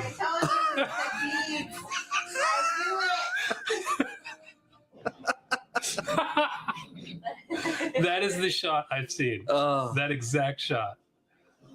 Oh my God. What is he going to do? Aikido the fire? Kyle Jennings lousy what? Michael Caine. Wow. Jesus, could they have dyed his hair darker? Seriously. Maybe that's where Sifu got the idea. It's weird seeing him like svelte. Yeah. Not a fat piece of shit. Yeah. John C. McGinley. Oh, from Scrubs, you're right. $350,000? Ready? I anything once. Wow. I believe that's true too. Whoa. That was so gross. Okay. Was that so? And let's go. And I filled it up with the kombucha I was supposed to drink earlier. This is the new camera lens travel mug.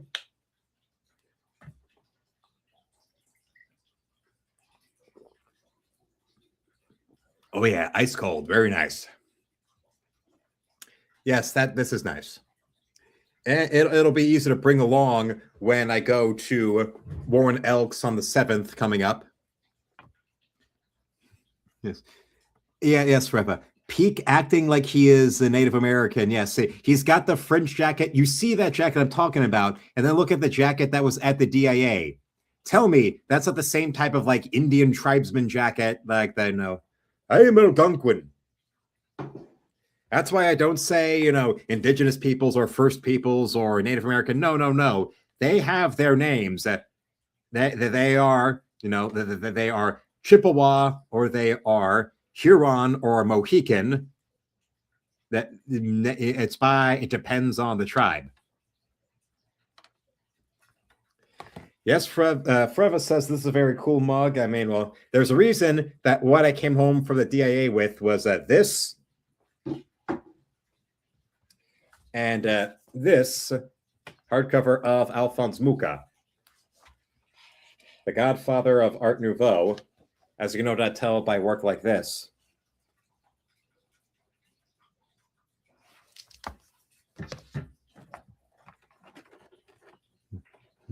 Yes, Big Chief Thunderwang. Yeah, Seagal's the kind of guy that makes the actor who voiced John Redcorn on King of the Hill look stable. You know about that maniac, the guy who got caught burning down his own house? Yeah. Think about that for a second.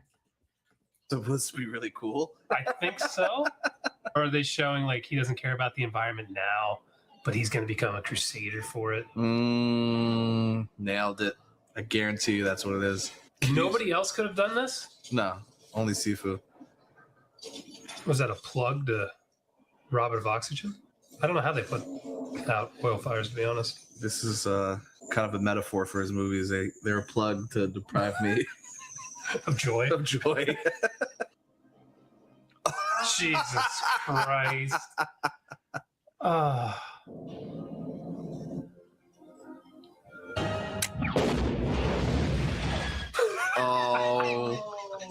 my goodness. This is a vanity project. Oh yeah. I mean, were we expecting anything less? They're all vanity projects, but Yeah. knowing he directed it makes it so much better. So how did an explosion work to take fire? Yes, Seagal, Steven Seagal. He is chief bullshit and lies.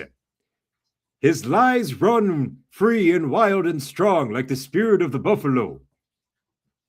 He runs. His bullshit and lies run as if he is Tatanka. Buffalo. Tatanka. Buffalo. Tatanka. Buffalo. Who else remembers Tatanka from the WWF in the 90s? He had like a win streak for a while. He feuded with Shawn Michaels when Michaels was still a mid-card solo talent. Is it supposed to like take all the oxygen away for a second? What's up with you and the oxygen? I hope I'm right. We're thrillionaires, so we know thrills. And with exciting perks like Reward Box, FanDuel Casino's Rewards Club makes any day feel like a holiday. Calling all thrillionaires. FanDuel Casino. Who says you got to pay more for a great shave? Barbasol. No one else could have done that. They had to fly him in to hit a button. Nobody could look as cool doing it. No one would stand in front of the fireball. Yeah, while smoking a cigar. Oh, he's got a flask. It's filled with lard. This is the beginning.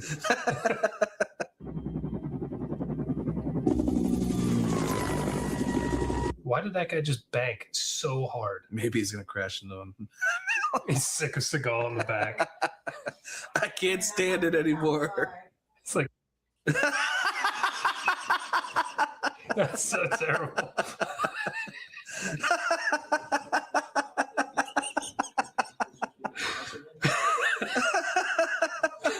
You just gave it a new meaning. I think I did. Buck up for the Suns. Forrest says, yeah, it was when they had Doink the Clown who can forget the era. Well, if only for that was the era of when they had the PlayStation, the Midway game, the WrestleMania Mortal Kombat style game that they had a port for on the PlayStation. Remember that? Where it was at Midway, and they had all the wrestlers digitizing their moves like Mortal Kombat. Yes. It was somewhere between Mortal Kombat and NBA Jam was Midway's WrestleMania game. Unfortunately, they did not have Kerry Hoskins and Lorraine Olivia as cheerleaders. Did he just give him the old psych? Yeah. Who would think that this guy is cool? Nobody. This guy wouldn't even think he's cool. Nah. I just want to see him snap an elbow. Yeah.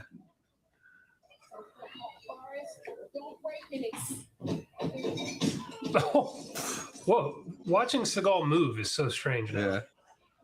Is that rope? What the hell is She literally said, don't break anything. He broke the $2,000 He just broke that jukebox, which probably costs 5 months' rent. jukebox. Oh, yeah! Use them. Yes, that guy, he wanted to bank into the mountain because he wanted to die and go to hell and take Seagal down with him. They kicked the other guy. They're all going to have to go on disability and the entire town's going to go under. It's his company. Yeah. Oh! I'll play your game. You play my game. This is so stupid. This dialogue is terrible. Just kick his ass. Yeah. Brainstem. Or severing your brainstem when you go down there. I'm ready. Okay. Remember that guy? The same year this came out, he also was in Dumb and Dumber. The heavy that goes into the dog, the sheepdog car with Jim Carrey and Jeff Daniels in Dumb and Dumber. Yeah, he's the one that they accidentally feed rat poison. He was going to try to slip them, and he dies right there in the burger joint. Check, please.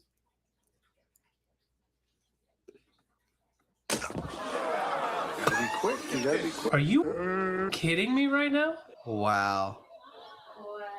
Was this cool in the early 90s? I mean, I played this in the early 90s, like with my brother. Yeah, at 12 years old. Not in the middle of a bar fight.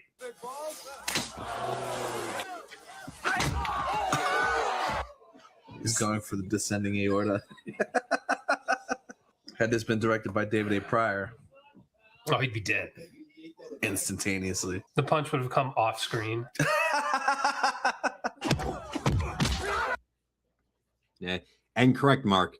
This was the beginning of the transition from right-wing action heroes like Chuck Norris and Lee Marvin to leftist PC lapdogs like Seagal. Well, Mark, even though this movie was so environmental, you do know that Seagal was a huge proponent of George Arpaio, right? When Seagal was living out in Arizona, he was a big supporter of Arpaio and was part of Arpaio's like volunteer group to try to, teach security to schools to deal with school shooters, right?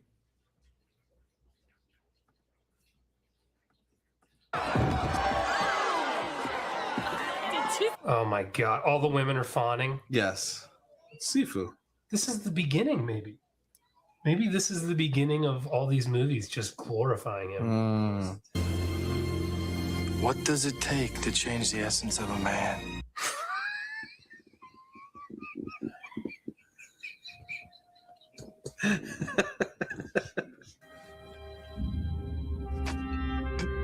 Oh, he's crying.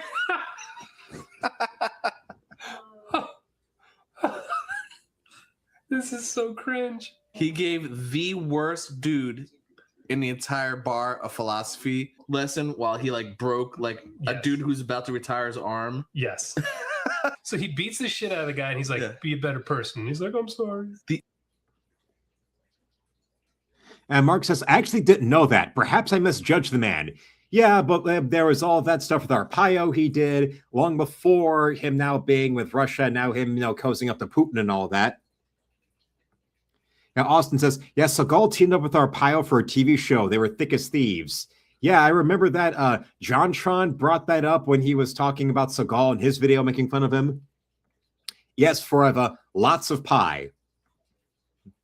And Austin brings up together, Seagal is a trainer fake cop. They strapped up and took a tank and a ton of sheriff's deputies to go bust a cockfighting ring. Turned out they just served a warrant on a guy, and there was no cockfighting. And also, he wound up killing accidentally killing some defenseless animals that were on the guy's property, where they crashed through the door with a fucking police tank. Essence of a man. After all, the Earth is our home too. Oh God, it's an environmental movie. Oh Jesus, Seagal is going to be preaching to us about the environment. Yep. Aegis 1. Steven Seagal is Captain Planet. And this wasn't the only big environmentally aware action movie he did, because the last film he did in the 90s with Warner Brothers that bombed so bad, it's what led to his contract with Warner Brothers ending, and then that's where he drifted away until he came back with Exit Wounds, was Fire Down Below. The movie where he was running out of 3-word titles for his movies, so he ripped off the title of a Bob Seger song, Fire Down Below. Yes. Whoops. We just murdered defenseless animals on your property, sir. Sorry. It's going to be the biggest rig and Looks like he just got off a shoot. Now, wouldn't that be lovely? The dude from Scrubs looks like he should be painting contemporary art. Living above a coffee shop. Bitching about his student loans. You're the people I hired. Only Steven Seagal would think we need the villain to look like a dipshit during his evil speech scene. Yes. When Paul Penzone took over after Arpaio, I asked him if I could have that tank and almost got it, says Austin. To be fair, I did not have space for a tank and still don't. Well, that sucks. Hey, if I could have a tank, I'd want one. But I'll settle for Sniper Wolf. I'll settle for Sniper Wolf. No, Alfred, no, not like this. That's right there, you dirty fucker. Yeah, sounds about right. Oh, I love watching Seagal type. Just walked in his house. You should go hide. Oh my god, what's that in his hand? Is that the save file emoji? Oh my god, what is he wearing now? Wow. Dude, look at the shirt. He's wearing underneath. a Joe Bob shirt under it. He really is. He's such a tool. Oh my really god. is. I'm Eric July, the founder and owner of Riververse Publishing, and after nearly 25 Let's take a break and enjoy the words of a strong black man now. 5% of you grabbed the How to Build a Creative Business book digitally, we knew it was finally time to really test this market. So we're officially launching Riververse Digital. We have 10 comic book titles available right now as DRM-free PDFs. So they're direct download, there's no subscription, it's not like an in-app purchase. They're yours, and every digital book is priced lower than its physical counterpart. And to kick things off, we've created a collection where you can browse and purchase all the Riververse Digital titles. Oh! Yes.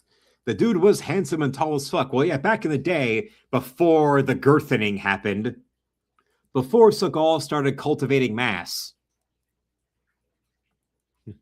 he is trying to be Midwest so hard. Oh, yes, with the Joe Bob Briggs shirts and those Indian fringe jackets. Yes. He even types slow. Not even a troubled, a touch typist, a Hunter and Pecker, correct. What's wrong with subscriptions? I'd sadly probably still read Batman if they did sub, or do they? I quit DC in like 2014. I think they stopped having subscriptions a long time ago. I mean, that's why I offer that. For Encrypted, I offer a subscription, a 1-year subscription to the comic, which will, the comic be bi-monthly means you get 6 issues a year. And hey, that's an interesting way to go and upgrade to the comic. Like what Ruby Hoove, she ordered issue 1 and then liked the results so much she upgraded to a subscription. So she'll be getting issue 2 all through 7 in the mail. She'll be one of those first priorities of when a new print run comes in. The first people to get their copy shipped out are those who've subscribed. Yes, like the mint, it just makes sense. They set him up. It literally sticks of dynamite.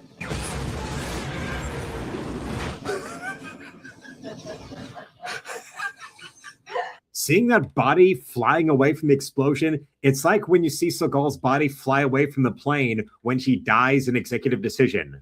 When there's the whole cabin pressure thing happening with the plane they're trying to sneak their way onto, and there's a problem, but then Seagal goes and sacrifices himself to secure the Kurt Russell on the plane while he goes and gets shot away and dies.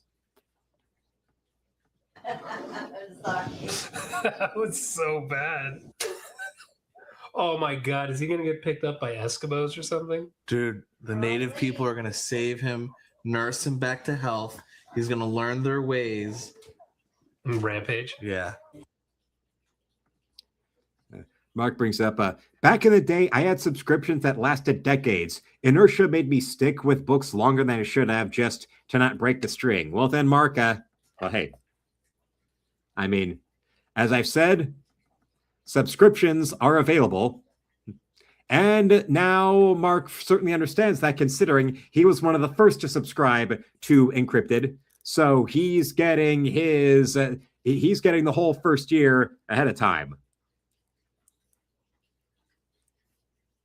And Austin says, yes, I never had a long box at a comic shop, but I knew people who did, and they just would not give up whatever legacy comic they'd been reading for decades. Well, that's why you should go and get it on the ground floor with Encrypted, where you're going to be there to help a legacy get built from the ground up. Oh, no. The man bear and the essence of man.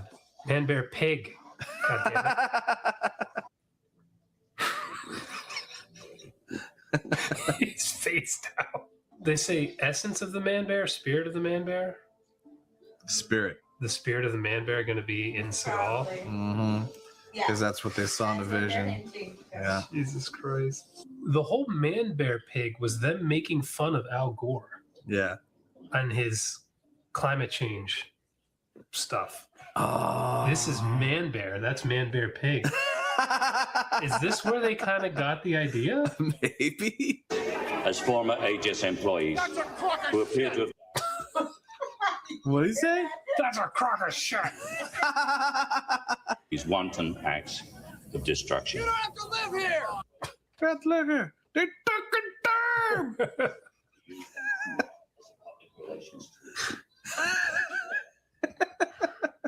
South Park is just riffing on Deadly Ground. Dude, can you imagine? Can you translate this for us, Pam? He says it was nothing. Do you know what this is? No. I was gonna say That's a different native tongue.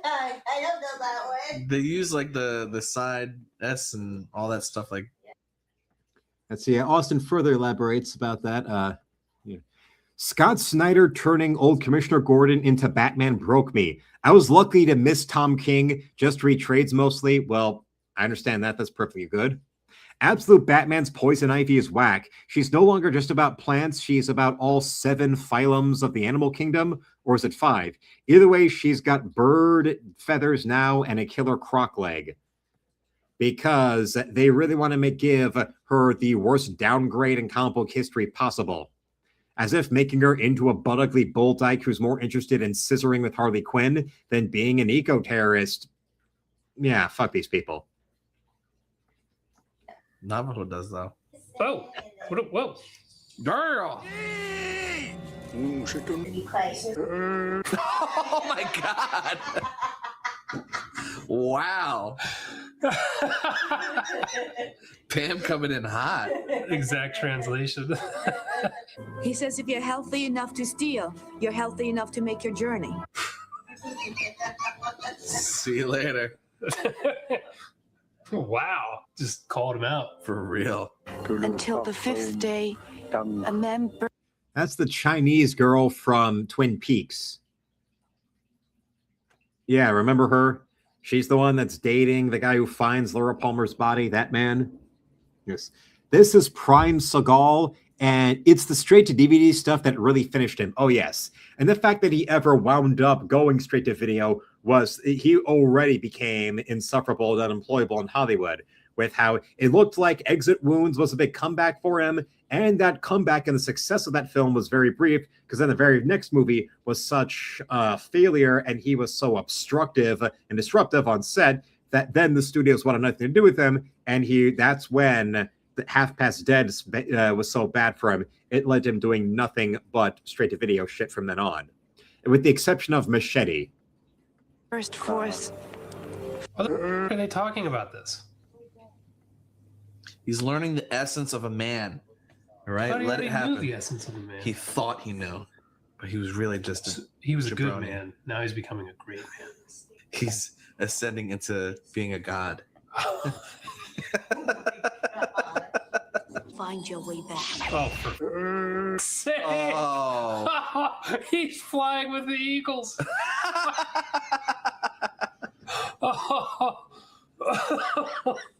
Wait, what? Whoa, I was gonna say. Whoa. Hey, whoa, hey now. Hey, native boobs. Now he's running with the bear. Oh my god. Ridiculous. Oh, now he's wrestling a bear. Now he's killing the bear. With a knife.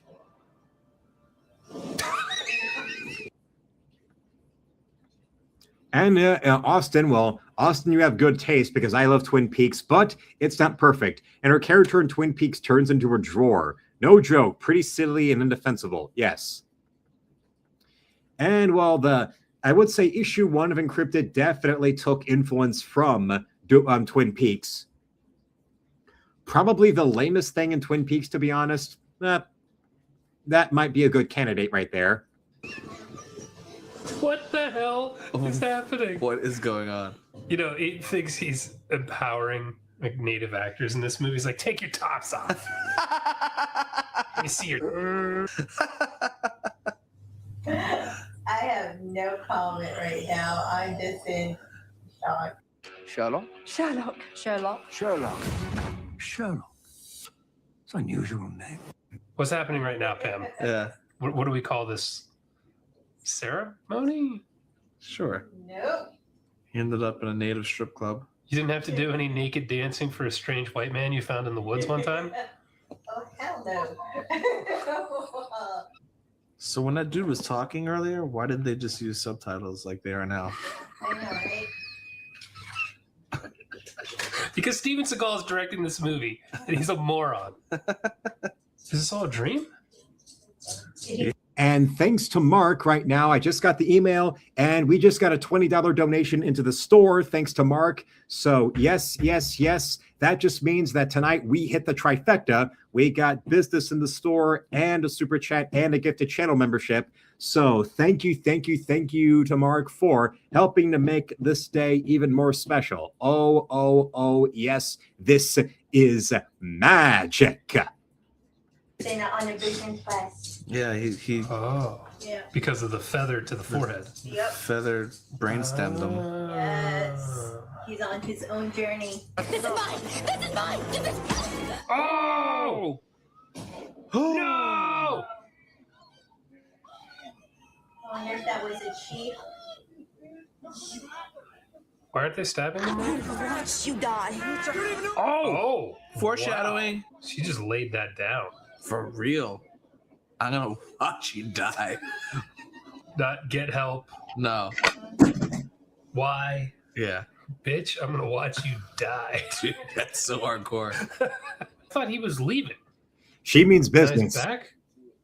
I feel like it's losing coherence a bit here. It totally did. He got BF'd by the feather, went into a hallucination because of this dude who just ended up just being back at the camp, getting shot by the jabron, but then left Where was Seagal? Seagal behind because he was in the river? In the river. Yeah, how did the old man get back? I'm gonna go take a Seagal. Good luck. Can't imagine a bunch of white dudes landing helicopters shooting an old man and flying away would go well. No. Are you telling me that they had this thing on standby the entire time? It's for emergency. Yes, it is birthday season for sure. With the PVFS celebrating along. Yes, thank you, milady.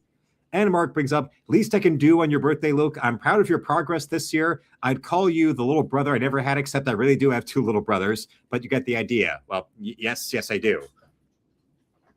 Because it's the kind of support that, people like Mark have been giving that are why I have been able to go along and actually have stuff like Encrypted getting off the ground and actually making it work and developing this and building this along. I know definitely that I cannot be able to do it without those out there that bring the support like a Nick or Weatherman or Mark and others. And also I would say Weatherman, especially to give him all a shout out because of all the support he gives to the channel, even though he had a problem with his internet. So that's why he has not been able to be around here today and yesterday's stream because he's waiting for his internet to get repaired. So that's why he's not been able to be here live. But all right. Only.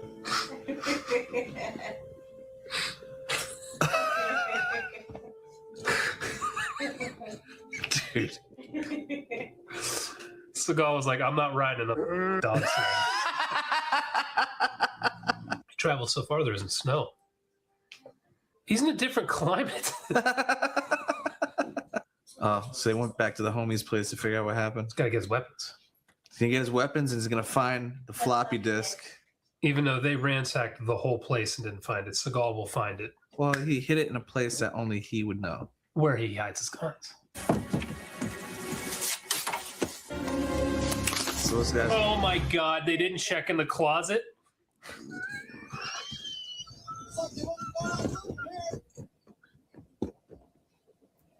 The entire place is ransacked except for the closet and that perfectly packed book bag. Oh my God. It even had like the logo of the company with It did. It did. Use mercenaries in the Philippines, sir. RDL use them in Angola. Those are third world countries. Wait, this is where he draws the line? Yeah. Murder's fine. Yeah. Mercenaries for murder. No. Third world country. Is that Arlie Ermy? It is! The drill sergeant in Full Metal Jacket? Full Metal Jacket, that's him? Yeah. That's you know him. what? The mustache is throwing me off. How many stars do you think Thrift Books has up there? Up in Trustpilot? Well, it's always expanding.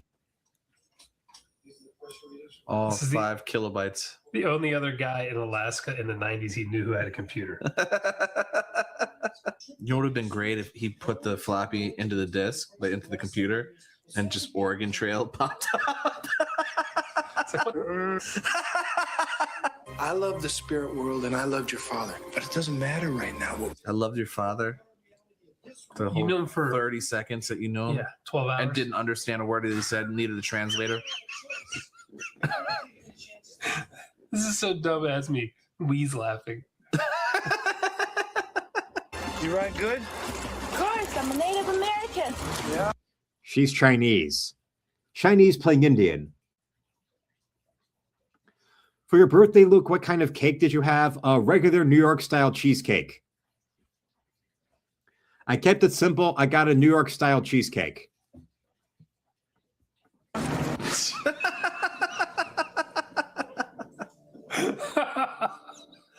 Oh my God. I wish Pam was there for that. Pam, are you able to ride a, what is he, ride good? Ride good? A horse? Yeah, a horse. I can ride a horse. Because you're native? No. I just know. Sit down. Sit. A claymore? What the? Claymore. Why is this shit here? In the middle of Alaska. He has a weapons stash. He's going to open one of them and it's a Playboy. Oh, sorry. No, don't look at that. Yeah, wait. Lonely up here.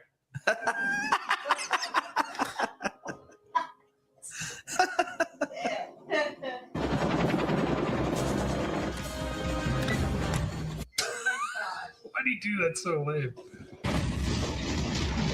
Oh my.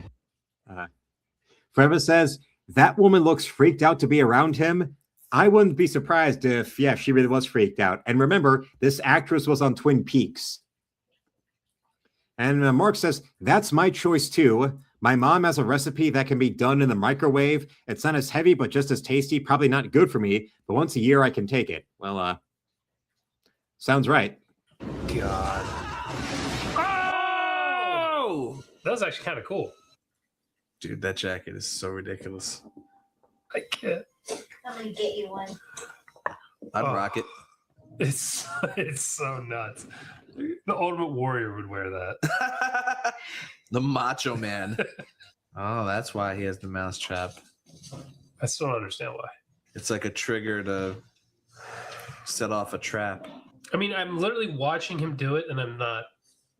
Maybe following. I've seen this before with Pam setting traps around the house.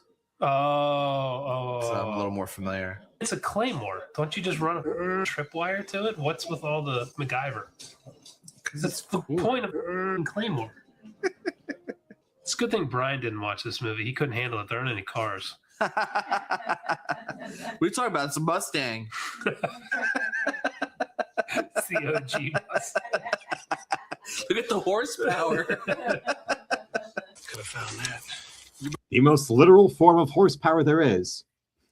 She looks like she wants to get away from him. Forever continues. Yes, he does. I mean, she does. She wants to be back to the safety and sanity of the Twin Peaks set. And she was taken away from the set of Twin Peaks thanks to ABC's head at the time, Bob Iger, canceling Twin Peaks. So yes, she has her own personal reasons to hate Bob Iger. When I was a kid, because of movies like this, I put traps everywhere as a child. Did your mother ever beat you to a pulp when one of the traps would be set off by her and it would hurt her? I wonder. Actually, no, wait, we know, yes, your mother hurt you for setting up those traps. Better watch it, sweetheart. Talk like that'll get you killed. Billy Bob! Oh my God. It only hit the guy, not the horse. He aimed it high enough. He knew they were going to be on horseback. Oh! Dude, look at this. The angle on that. Dude, the guy just ate it. You saw that? They cut that before he ate turds. Oh, dude. They lost a man on this shoot. They just won. They just won. No, Aegis won. He's going to Aegis 1. Oh. This refinery or whatever the hell it is. Gotcha. He's going to take it out and save the environments. He's going to blow it to hell and save the environment. He's going to leak all the oil they're pumping into the nearby lake. He's going to burn it all right there. It's going into the environment. I swear to God, if he blows this thing up. Dude, you saw all the explosives we took. We only saw a couple of them. This thing's going up in flames. Oh, he's building a silencer. Oh, my God. He had that epic weapon stash. Why wouldn't he have a silencer? Oh, my. This is so stupid. So everyone at the refinery or whatever this is evil? Like, that could just be a worker. Yeah. He just shot him in the face. Guess he's not going back to his wife and kids tonight. He was saving up for Christmas. He was working overtime. Seagal shoots him in the face. He was saving up to get his son that Lego set he was talking about. Yeah, that was the asshole from Scrubs who assaulted everyone. Yes, that is Dr. Cox. All right, out of here. This place is gonna blow. Don't you think somebody'd be like, what? Yeah. They just take, they just take his They're just word. like, oh, okay, guy we don't know. Yeah, not in uniform, hard hat, credentialed. How long will that take? 4 or 5 minutes tops. He's back. Oh, God. Oh, so 90s. Didn't take him long to start blowing things up. So to save the environment, he's blowing up this massive facility. You gotta fight fire with fire. To save the planet, I have to destroy it. I need you to place 2 satchels here and here, then open this door and this door. Did you see she was looking at schematics? I was like, all right, I placed the bomb here. She'd be like, what is this? She's like, oh, this is load bearing right here.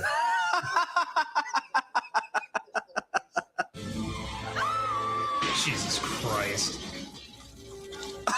He's gonna light his cigarette. He's gonna light a cigar, throw it into the... He's not gonna kill a woman. Oh, no. It's an accident. Well played. Pretty cool explosion, actually. Well played. Why not just shoot him? Literally shoot him. Here he goes. He's gonna shove the... Yeah. That's his move all the time, right? They put a shotgun in his chest. He walks up to within, like, reach. They don't just shoot him, they talk, yes. Or as Mark elaborates, this movie is why we can't have new refineries, eco-propaganda. Forget porn. That's how movies are really dangerous. The real driver of insane gas prices is a shortage of refineries. Yes.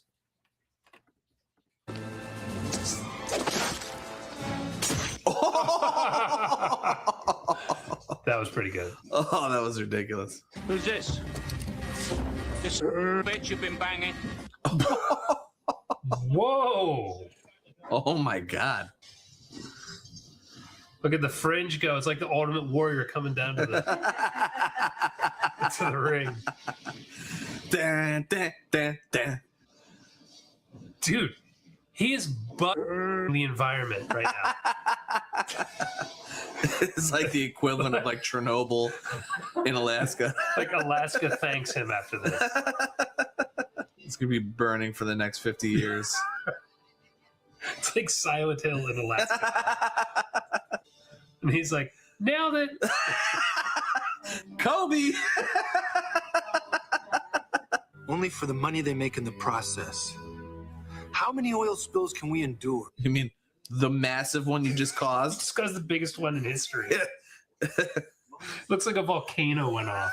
All the pollution in the air. For companies making $10 million a day by dumping lethal toxic waste into the ocean, Oh my God, this is so embarrassing. As long as there's profit to be made from the polluting of our earth. Yeah, that's what you just did. Yeah. Yeah. These are shots of what you just caused. The earth. It's our grandma. Oh my God, he literally just saved Native Americans. Off Cam Pam was on deadly ground, so bad it's good. I don't even know what to say to this one. And this is the most I've ever seen him move. That's true. It's true. That is true. Yeah. And who gives a shit? See if I can do like a half and a half. Yes. A half. All right. Yes. What do you think? I'm having a really tough time. I want to say yes, but on like the very lowest spectrum, you know, like on the very lowest spectrum, because I still like it was entertaining because it was so stupid. Yeah. You know? Yeah.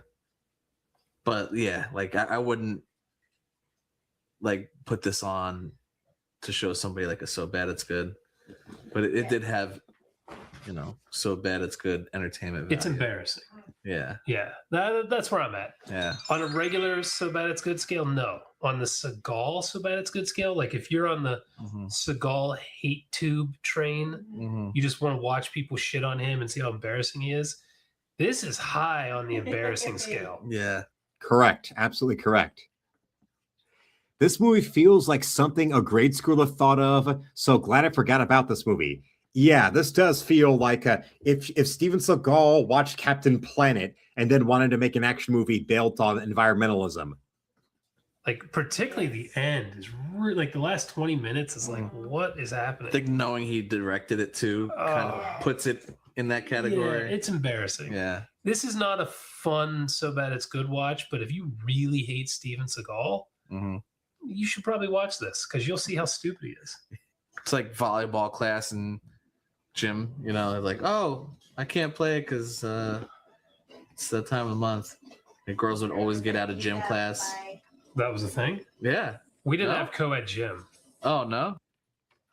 And now let's a little bit of this. Oh my God. Amazing. It's very Marilyn Monroe. Just like the last movie. Yep. Did she have a picture of Marilyn Monroe on the wall? And then her right next to it, I'm pretty sure. And yes, fun fact, the caribou population actually went up in Arkansas when the pipeline was put in. They love the heat. Yes. Thank goodness it's over. Yes, so now we can get back to Anna Nicole Smith naked. Sure. There's going to be like a mob shooting in the middle of the... But that guy said he was going after Da Vinci. One of these guys. Yeah. Which I think that's the guy getting married. We're going to Kill Bill Volume 2 this. 3 times her age. Yeah. Good for him. Dude, they invited the priest out for the bachelor party. Why do we have to see this? Cut. I want to hear it. The whole thing. Yes. We're getting it. Yes. I want to hear the entire Catholic wedding. Well, there's going to be a lot of standing. Yeah. Up, down, up, down. The rest of the movie's just a Catholic mass. Oh, yeah. My darling, so clean. Well, it's all the way you pot of soap. She's not going to get banged already, is she? Yes. Yeah, we know him.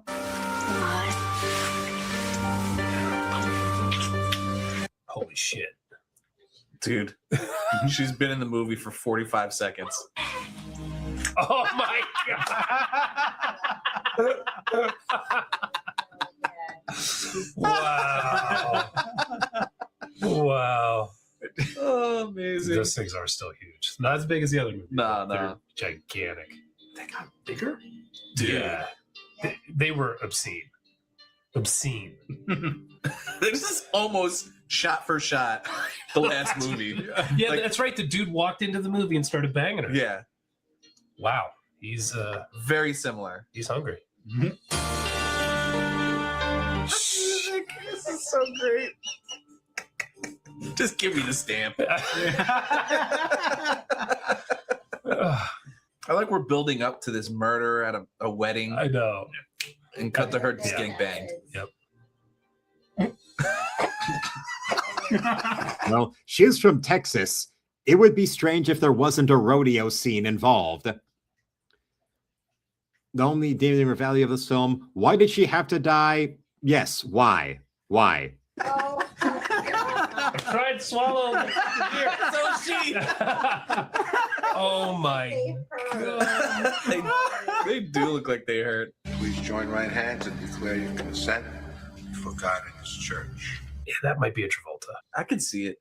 Assuming they're even related. It could just be a dude whose name is Travolta. This is like life imitating art with Anna marrying a really old guy. Like, a lot older than Yeah, this dude. he was like 3 times this guy's age. Yeah. That dude was decrepit. Yeah.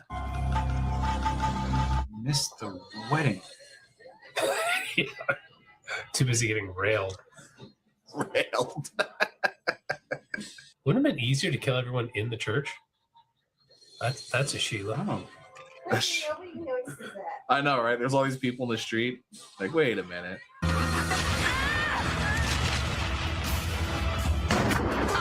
Oh no! Oh, in the stomach. Oh! They even got the bride? There's at least 2 women there. This guy is just straight evil.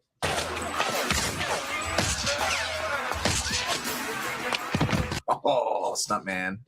Nice. For the win. This is so fun already. This is great.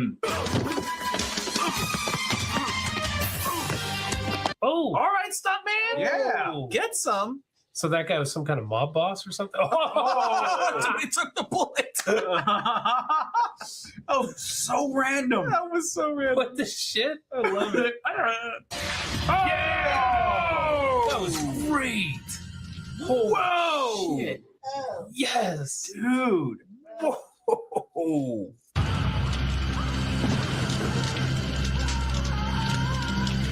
They blew that up with him like standing feet from it. That was wild.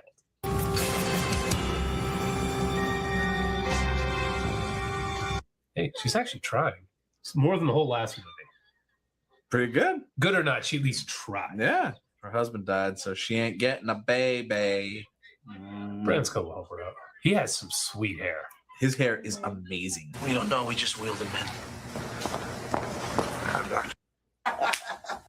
He's just kind of in everything. Why do women wear these fucking shoes? Dude, that look On your chest. Good park job. take up 3 spots. Standard BMW parking.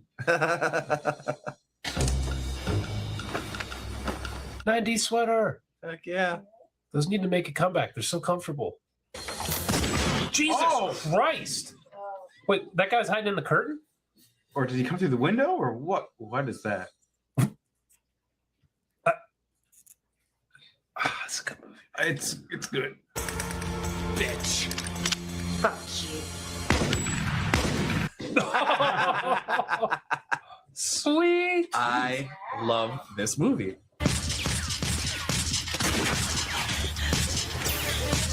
So she's James Bond? Dude. But with huge tits? Yeah.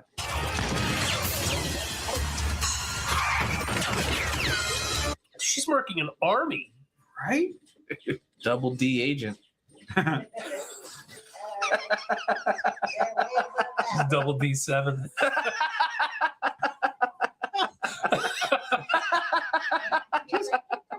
Carjacking cop.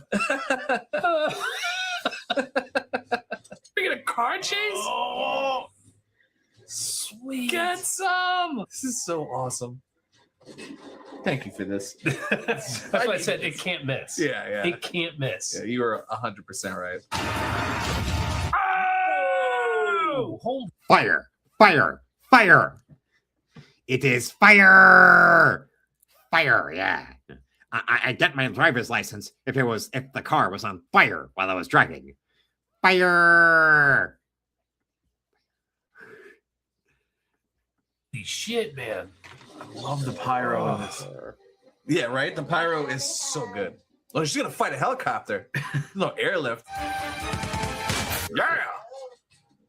She gonna crash into it? Yeah! What? How does she live? Holy shit!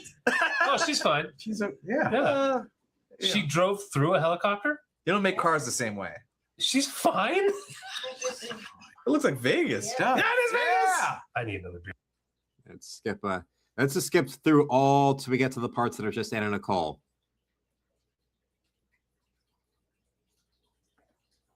Sorry.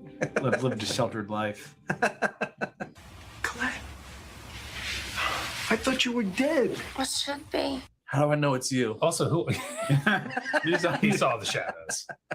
Look, I was a good agent. China was using me at first to get to my boss, Arthur Jamison, my boss. Okay, so she worked for the CIA.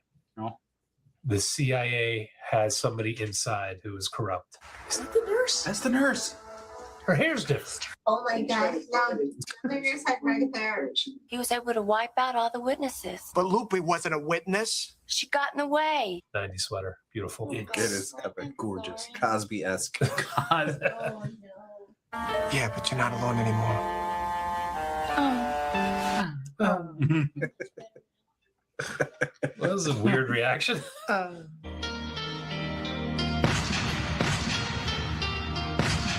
It's got the BTS double Ds. Hello. Where was she now? She could teleport. Ow. What? Want to try to access the data? See, there's no way to pull it out. Oh, and he's there. Okay. Look at how big that monitor is. She can't see the keyboard though when she's typing. It's all guesswork. She's like, she can't say Just to hold it up and memorize the keys. And you can get the fuck out of here right now. Yeah. Emmy Award winning acting. Yes. I think so. I love this movie so much. You can get the fuck out. You can slit your wrist.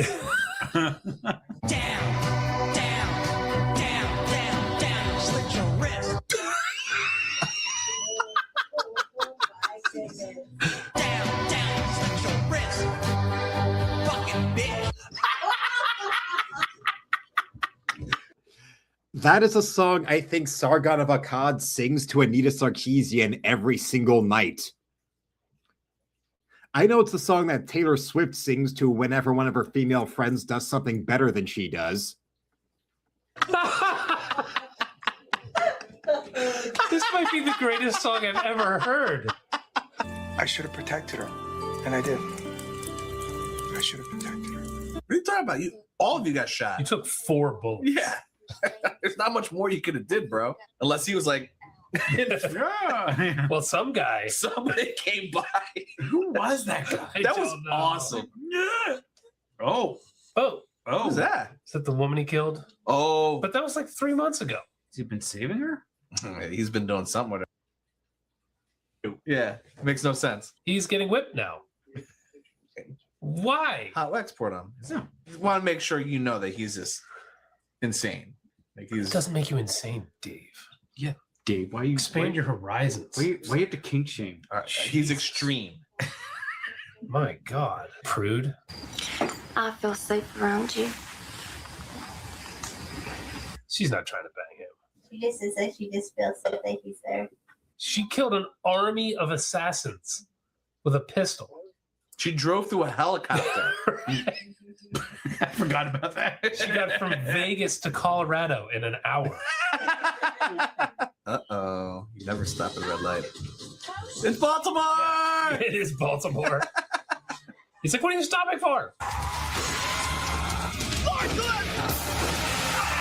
Whoa! Dude, this is crazy. Look at the stunt work. This is why you wear a seatbelt, Brian. Sorry, Dave. I don't know why. Coming soon from Taylor Swift, my team lost again, and my man left the game for me because she is that one note and narcissistic. Oh, yeah. Holy dude. shit. Stuntman.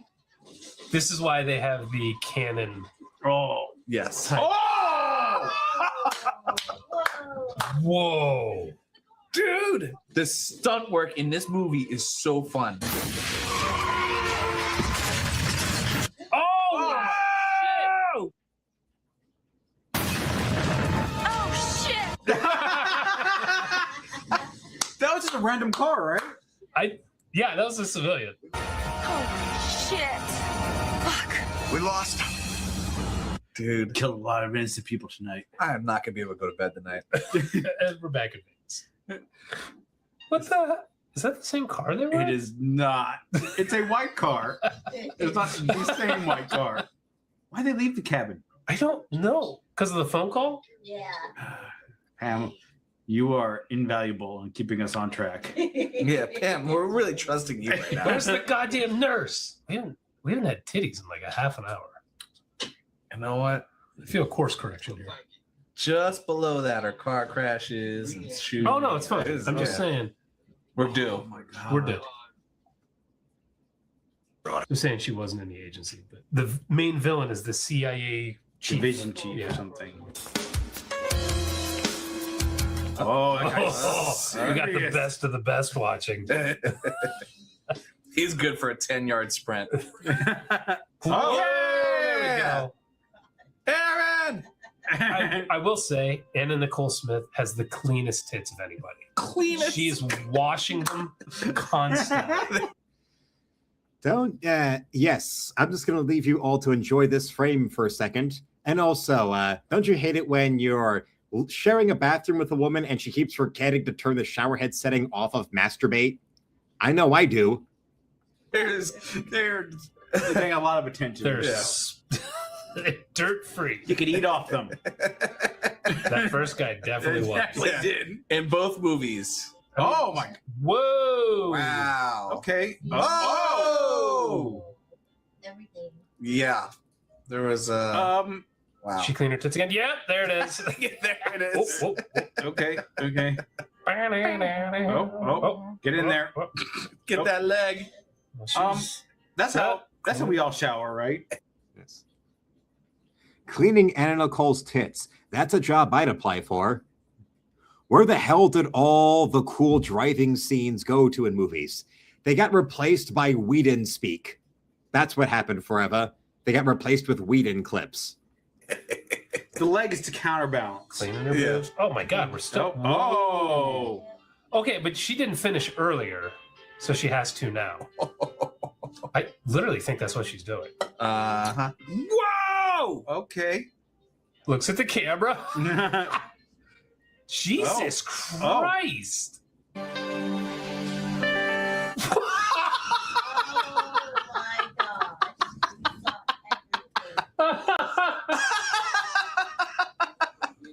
Oh, dude, her movies are the best. See, you guys have been through this before. Yeah. So we didn't see her using a shower head. She's getting plowed by an actual dude. Yeah. Wow. TPMs. Yeah. High. Through the roof. It's kicking up. We hit a little lull, but if you average it out, oh, whoa, what? Pretty high. So he did escape on his own.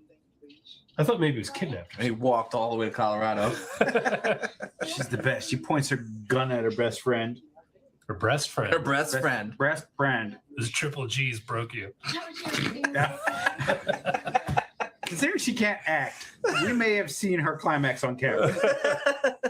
3 months ago, Mary had it squirreled away all this time. James's bed is ours. I still think it's going to be her ex. I still think, because we have not seen the villain's face yet. I still think he's. Whoa! Oh. My gosh.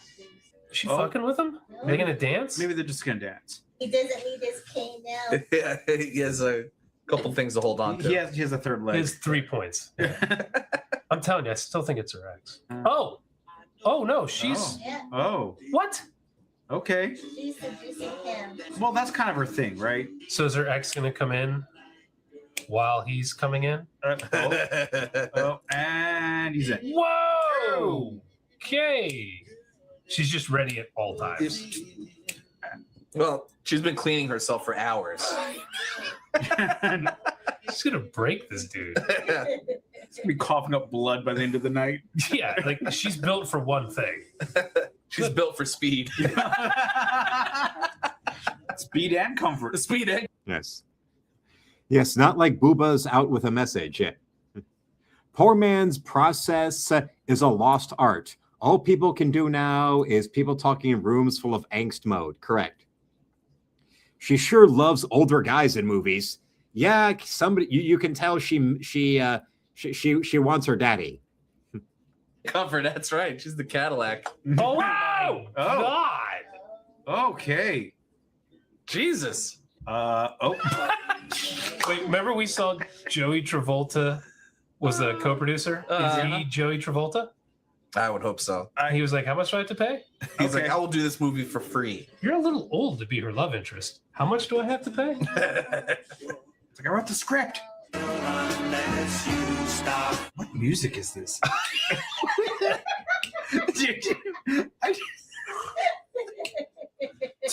The light is putting the shining carpet on the wall. Oh my God, it's the beehive back there. This guy is just pounding Viagra right now. Greatest role of my life. She's attracted to him. Why? I don't know. She's very lonely in that cabin. You saw how she was in the shower by herself. That's true. That's true. She's been hard up all movie. Nobody even walked to her door. She was like, D. It didn't matter who walked in there. No. Who was listening and got out of the car, but we didn't see them. And if you like that, then I'll show you a bit more from this other video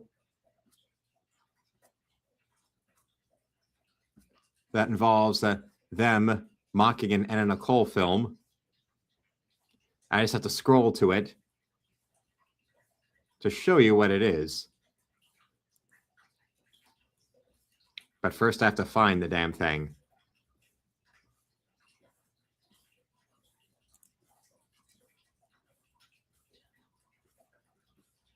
Come on, come on, come on. Where is this going? Where'd it go? Where'd it go? Oh, here it is. And now?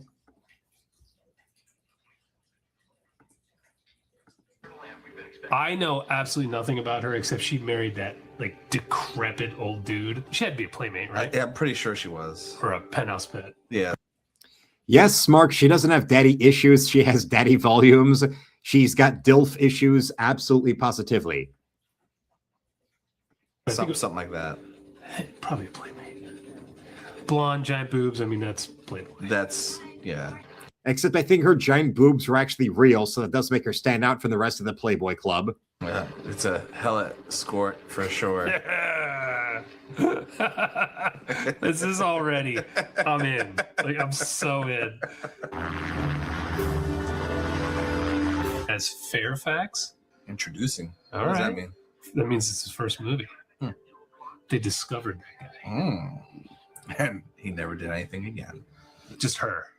Oh, man. This is brutal. Like the first 5 minutes of this movie is just going to be... She's probably a super nice lady. Oh, for sure. And we're like, you slut. We're just terrible. Oh, God.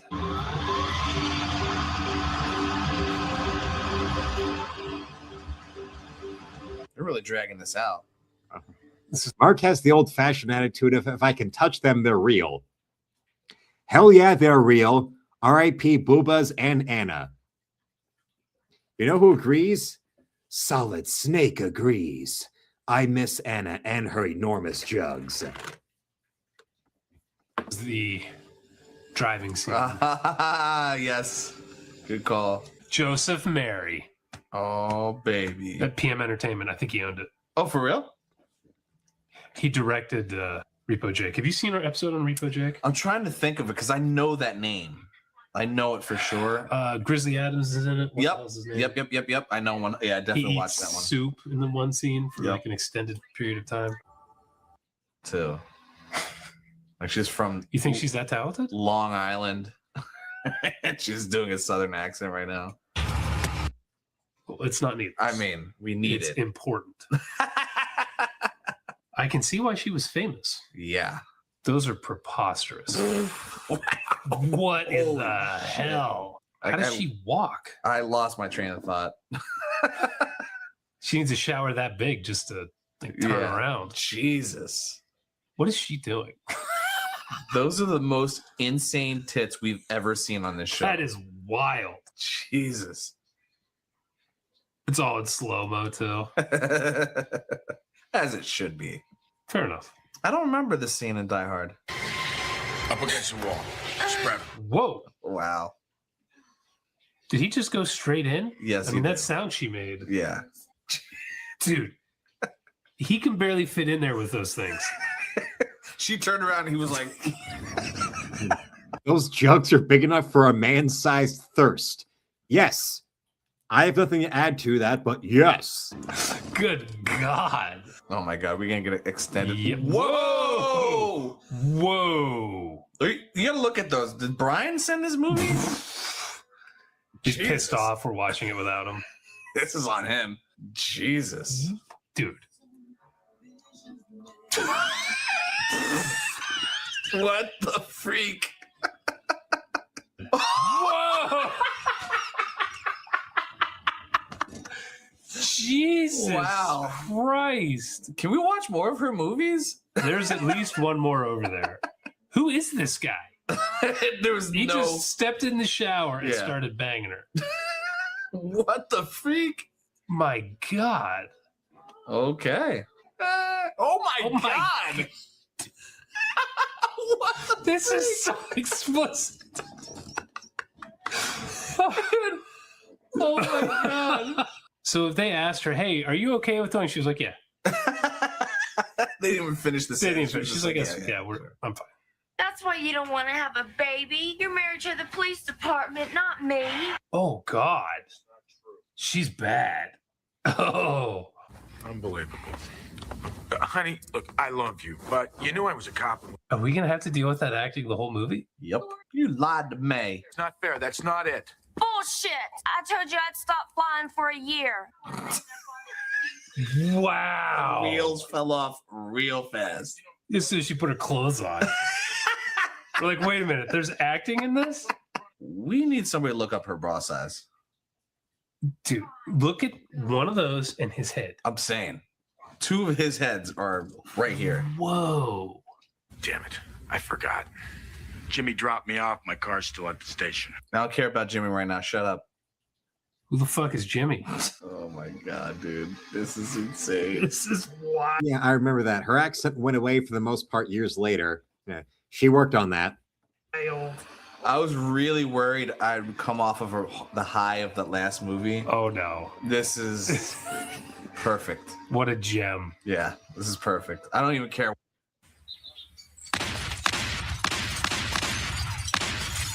She blinked less than Steven Seagal. She's used to gun shooting in her face. I'm used to loads. So I got dump mags constantly. We're getting a flashback sex scene? Oh, no way. No way. Is it going to happen again? How is she not pregnant? This dude, Whoa! Oh my God. Dude, he can't even fit her nipple in his mouth. Jesus Christ. Yes. You gotta love a woman who walks around the house in bra and panties, no different than a bikini. Correct. Did she ever say no to anything? Nope. If that wasn't the same actor with her, I would think this was from a different movie. Because it doesn't match at all. At all. Neither Dude, scene. whoa. Oh my God. Jeez. Pam, you gotta see this. Where are they having this picnic, by the way, that she's just pulling her boobs out? It's all of LA. Down at Muscle Beach. She's mounting him. What in the hell? Dude, he was like... This is insane. This movie is the greatest movie ever. How did this get a 2.5? Are they at a farm? What is this? Where is she looking? She could do the slow-mo and a still shot's great, and the moment she starts talking... Oh, it's brutal. All gone. It's brutal. All gone.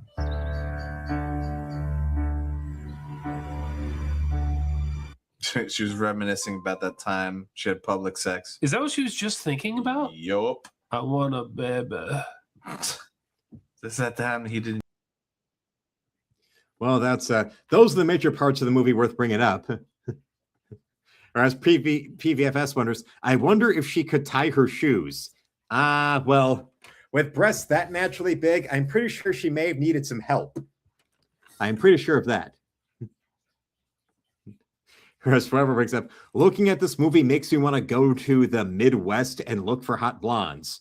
Well, you should. You'll have a good time there. She was from Texas in particular, and yes, it's well worth the trip. Very well worth the trip to go and see a lady like her coming around. And Solid Snake can prove that it is me speaking from personal experience. And remember, the PVFS being a woman here, even the women around here are curious about how a woman like her is able to tie her own shoes. That takes some finesse. That takes time. That takes effort. The things I have to do to get through to Foxhound and defeat them all. And make sure Metal Gear is destroyed. Now you see where I go. And I go where I want to go. And PVFS says, yeah, I could barely tie mine. Well, that's nice PVFS to go and explain certain details of her anatomy for all of us without me having to ask. Because if women trust you enough, they'll divulge their own personal proclivities and certain details of themselves right there willingly for you. And Mark brings up, Midwest blondes are shaped like bowling pins. You find these women in California, the South, and in Texas. Absolutely. And we've got Kim back here. Speaking of somebody else who was talking about their cup size recently to me, with unsolicited details about their cup size, about her cup size.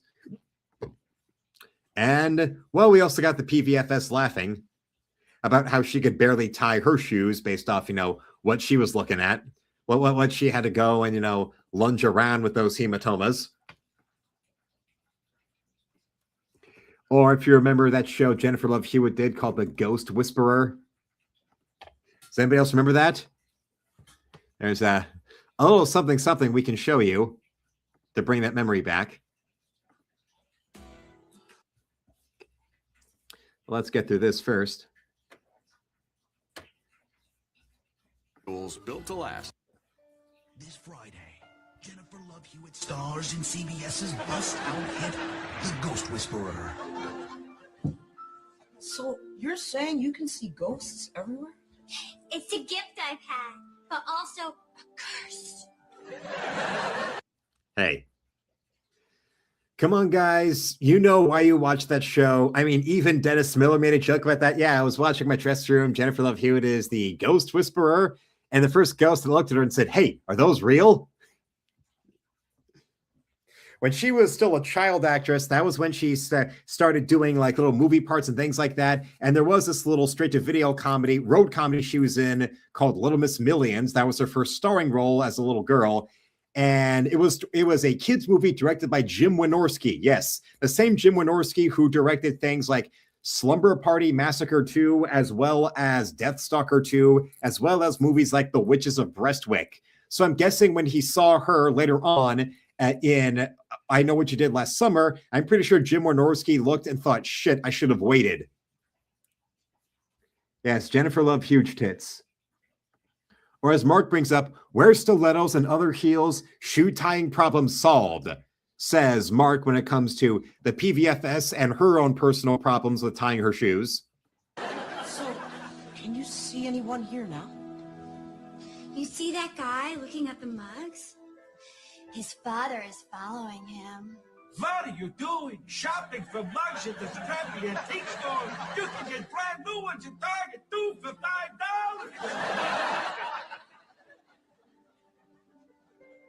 You must miss your dead father. He's Jewish, right? How did you? That was every man's reaction from 1997 until about 7 years ago when it came to seeing her on screen. Remember her in the little sports bra and track shorts on the treadmill and I Still Know What You Did Last Summer? Something like that.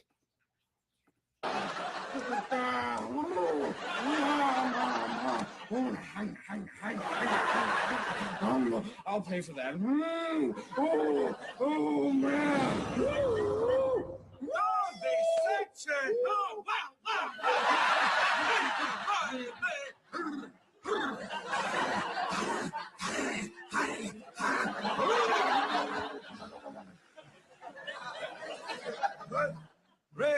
And I'd like to remind you that the PVFS and Kim are both women. And so that means we have multiple women in the stream laughing along with us all complimenting Jennifer Love Hewitt's breasts while this skit is making fun of her show Ghost Whisperer.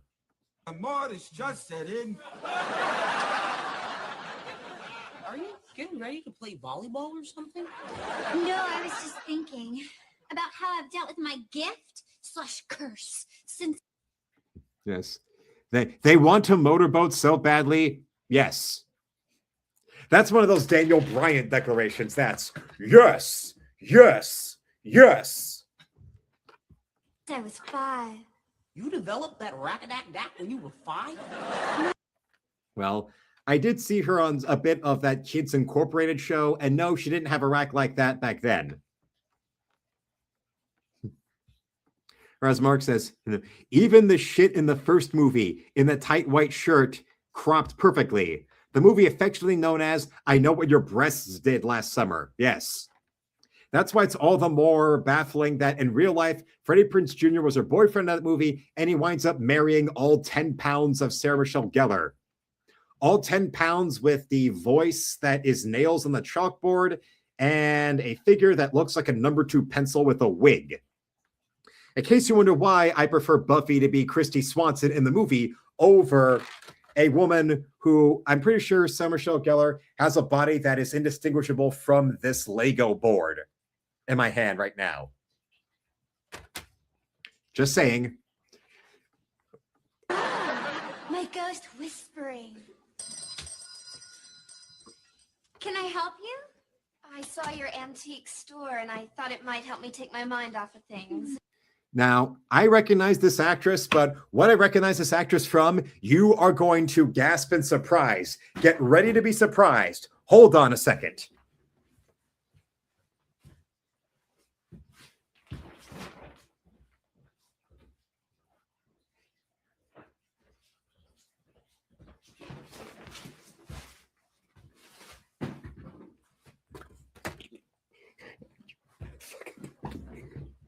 This actress right here, who was a Mad TV cast member, also is right here. Yes, this lady right here in this Ghost Whisperer parody also wound up doing Playboy after she quit Mad TV and wound up somehow on the cast of Mad Men. I am not fucking kidding you. This actress right here would wind up being in Playboy right here. I am not joking. I am not joking. I'm so not fucking joking. Yes. This actress wound up being right here. You never got to see Jennifer Love Hewitt in this magazine, but you did get to see this actress as part of a Ghost Whisperer parody wind up in Playboy. Yeah. Well, Kim believes me. Yes. One of the women in the audience is one of the first people to believe me about this Mad TV cast member would wind up doing Playboy. Proving yet again that the sexiest lingerie is the birthday suit. She was so damn cute on that cover, yes. Feel free to look around. Lady, did you wind up doing Playboy because you were jealous of Jennifer Love Hewitt right there? You saw her, Jennifer huge tits and yeah. And Kim agrees, yep, definitely cute.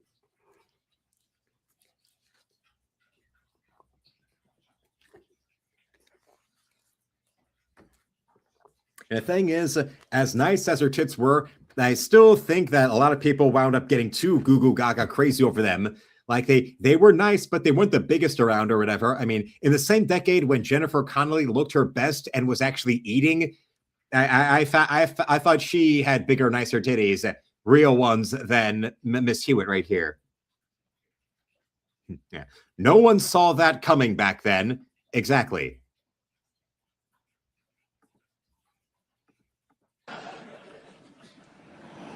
You can sense me, can't you? Yes, yes, I can. Please, you've got to help me. That's my wife over there. Do you have a message for her? Yes, I... Oh, what baby! Oh, wowzers!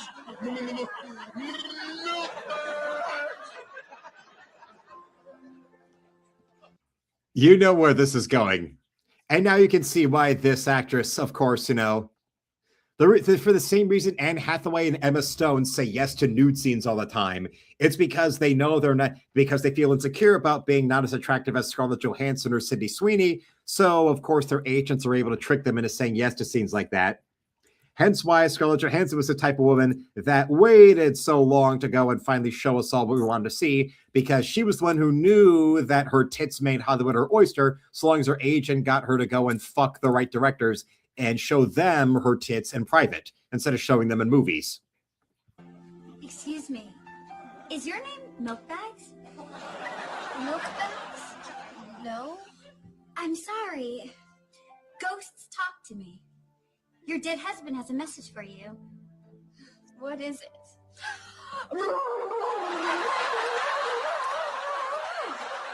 my God, it is him.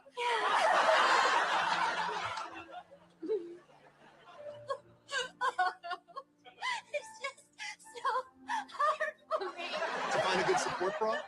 To have people give you direct eye contact? No, to deal with my cursed blessing of ghost whispering. Friday.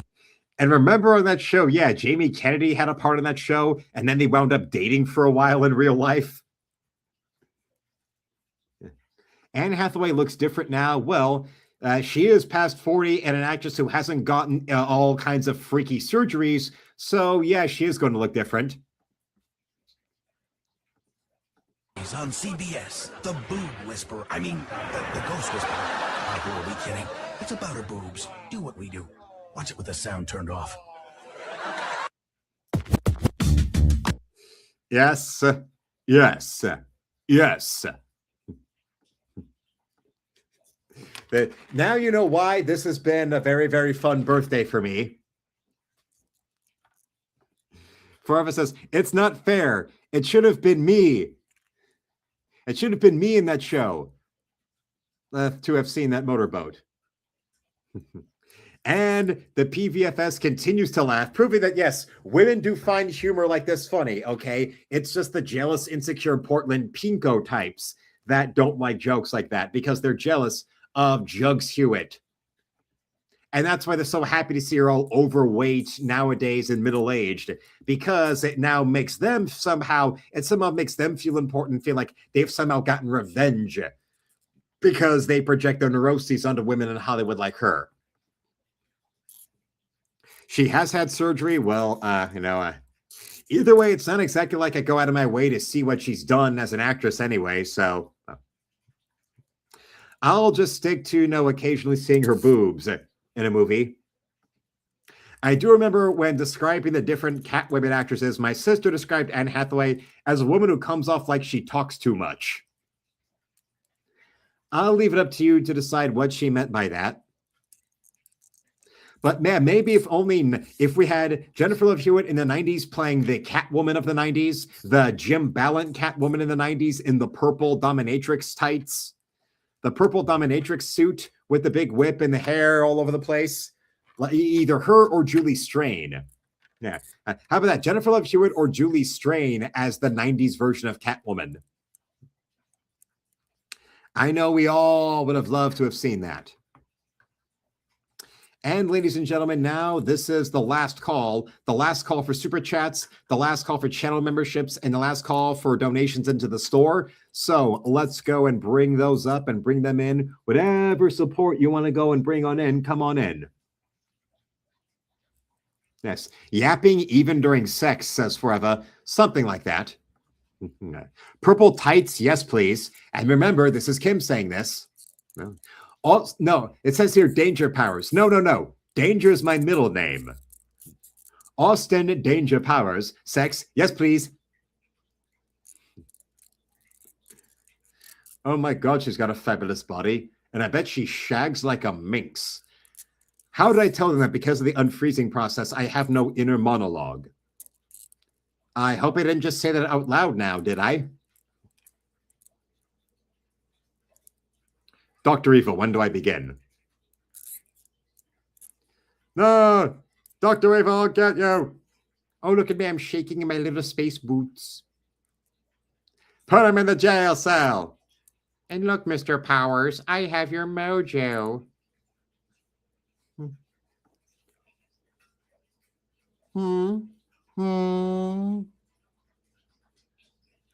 And now, by this time in a week, we will all be $100 billion richer. Mwah! Mwah! Mwah! Mwah! Mwah! Mwah! Ah! Ah!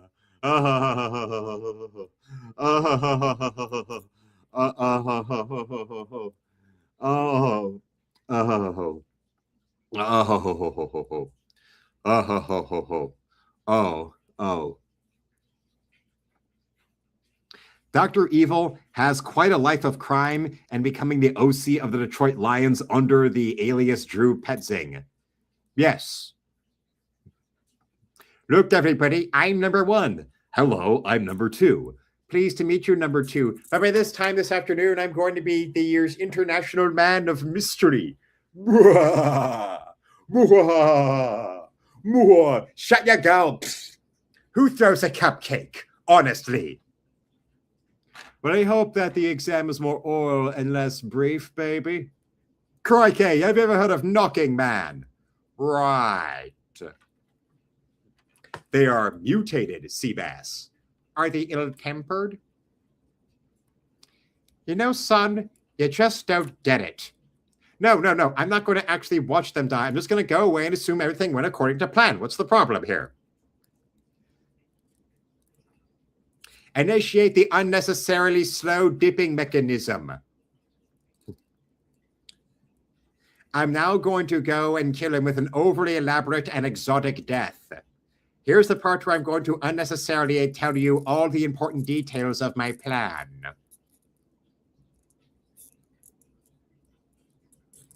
Are you sure that this is going that way?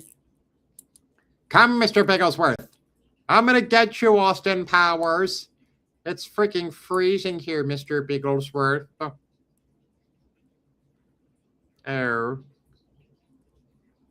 And then as a prostitute named Vilma ritualistically shaved my testicles. There's nothing quite like a shorn scrotum. It's quite breathtaking. I suggest you try it. My father would womanize, he would drink. He'd make outrageous claims like he invented the question mark. Sometimes he would accuse chestnuts of being lazy. When I was 15, I had my first scrub. My mother was a 15-year-old prostitute named Chloe with webbed feet. They came across a blood-soaked baby, moi. They raised me to be evil. Dr. Evil, I didn't spend 6 years in evil medical school to be called Mr. Thank you very much. Check it out, butthead. This chick has 3 boobs. How many butts does she have?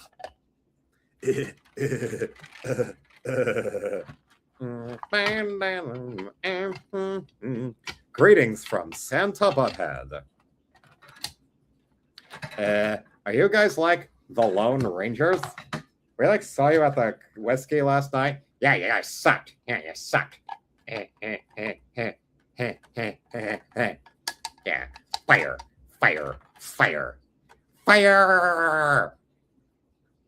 Yeah. I would read more books if the books were on fire as I read them. Fire. Yeah, that's what we need. We need fire. I am Cornholio. Trick or treat, son of a bitch. Is this in Nicaragua? I am the Cornholio. I am an albino.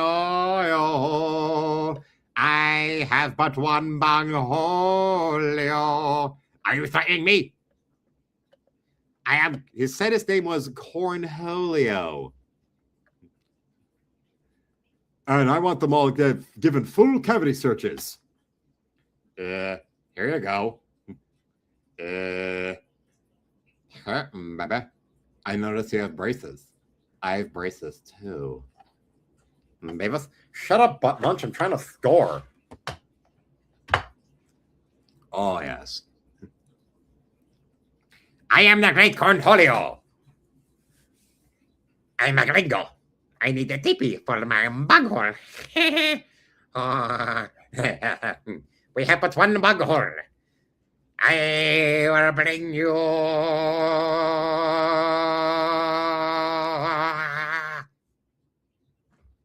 Let's see if the bungholio of the Cornholio is coming. Cornholio.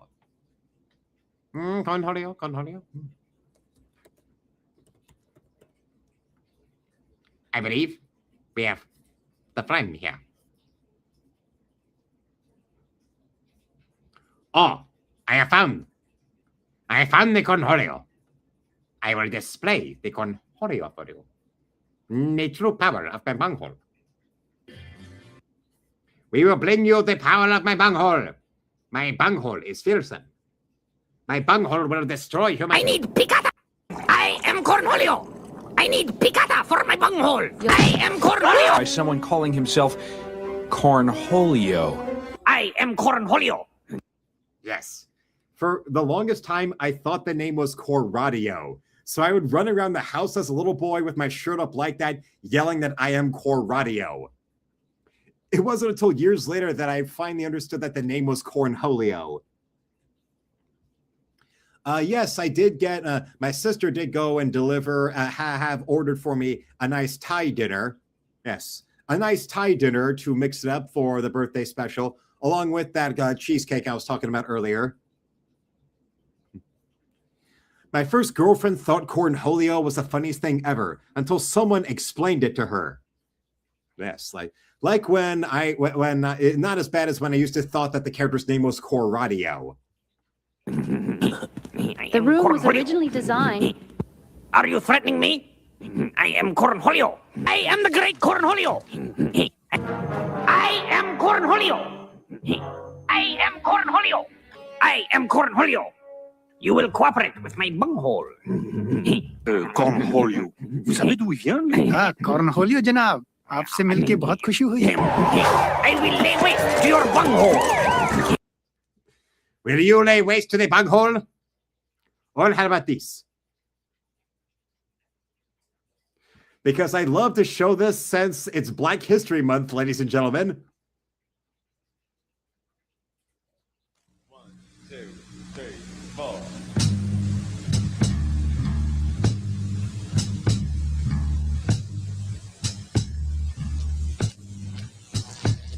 I'm sitting in Los Angeles jail, and the judge won't let me post my bail. Now this could be the end of me, 'cause California's got that death penalty. They're gonna electric shock OJ, cook my behind like a chicken croquet. They're gonna electric shock OJ, toast my behind. Nicole, I really loved that girl, but she had the worst look in the world. I was only cleaning my knife. I accidentally stabbed her 36 times. They gonna electric shock OJ, cook my behind like that cherry flambe. Ooh, they gonna electric shock. OJ rolls my behind. Looks like I'm a guilty man. Love lots of women. Now I'm gonna have to love my hand. Oh, what's worse, will make me flip my lid. I hear Michael Jackson is watching my kids. Oh, I know they cut me so sad. I'm an athlete, movie star, and I'm glad. Whilst lawyers argue over my hair, my baby warming up that electrical chair. They gonna electric shock, OJ. Look my behind like a flounder fillet. Ooh, they gonna electric shock, OJ. Rolls my behind.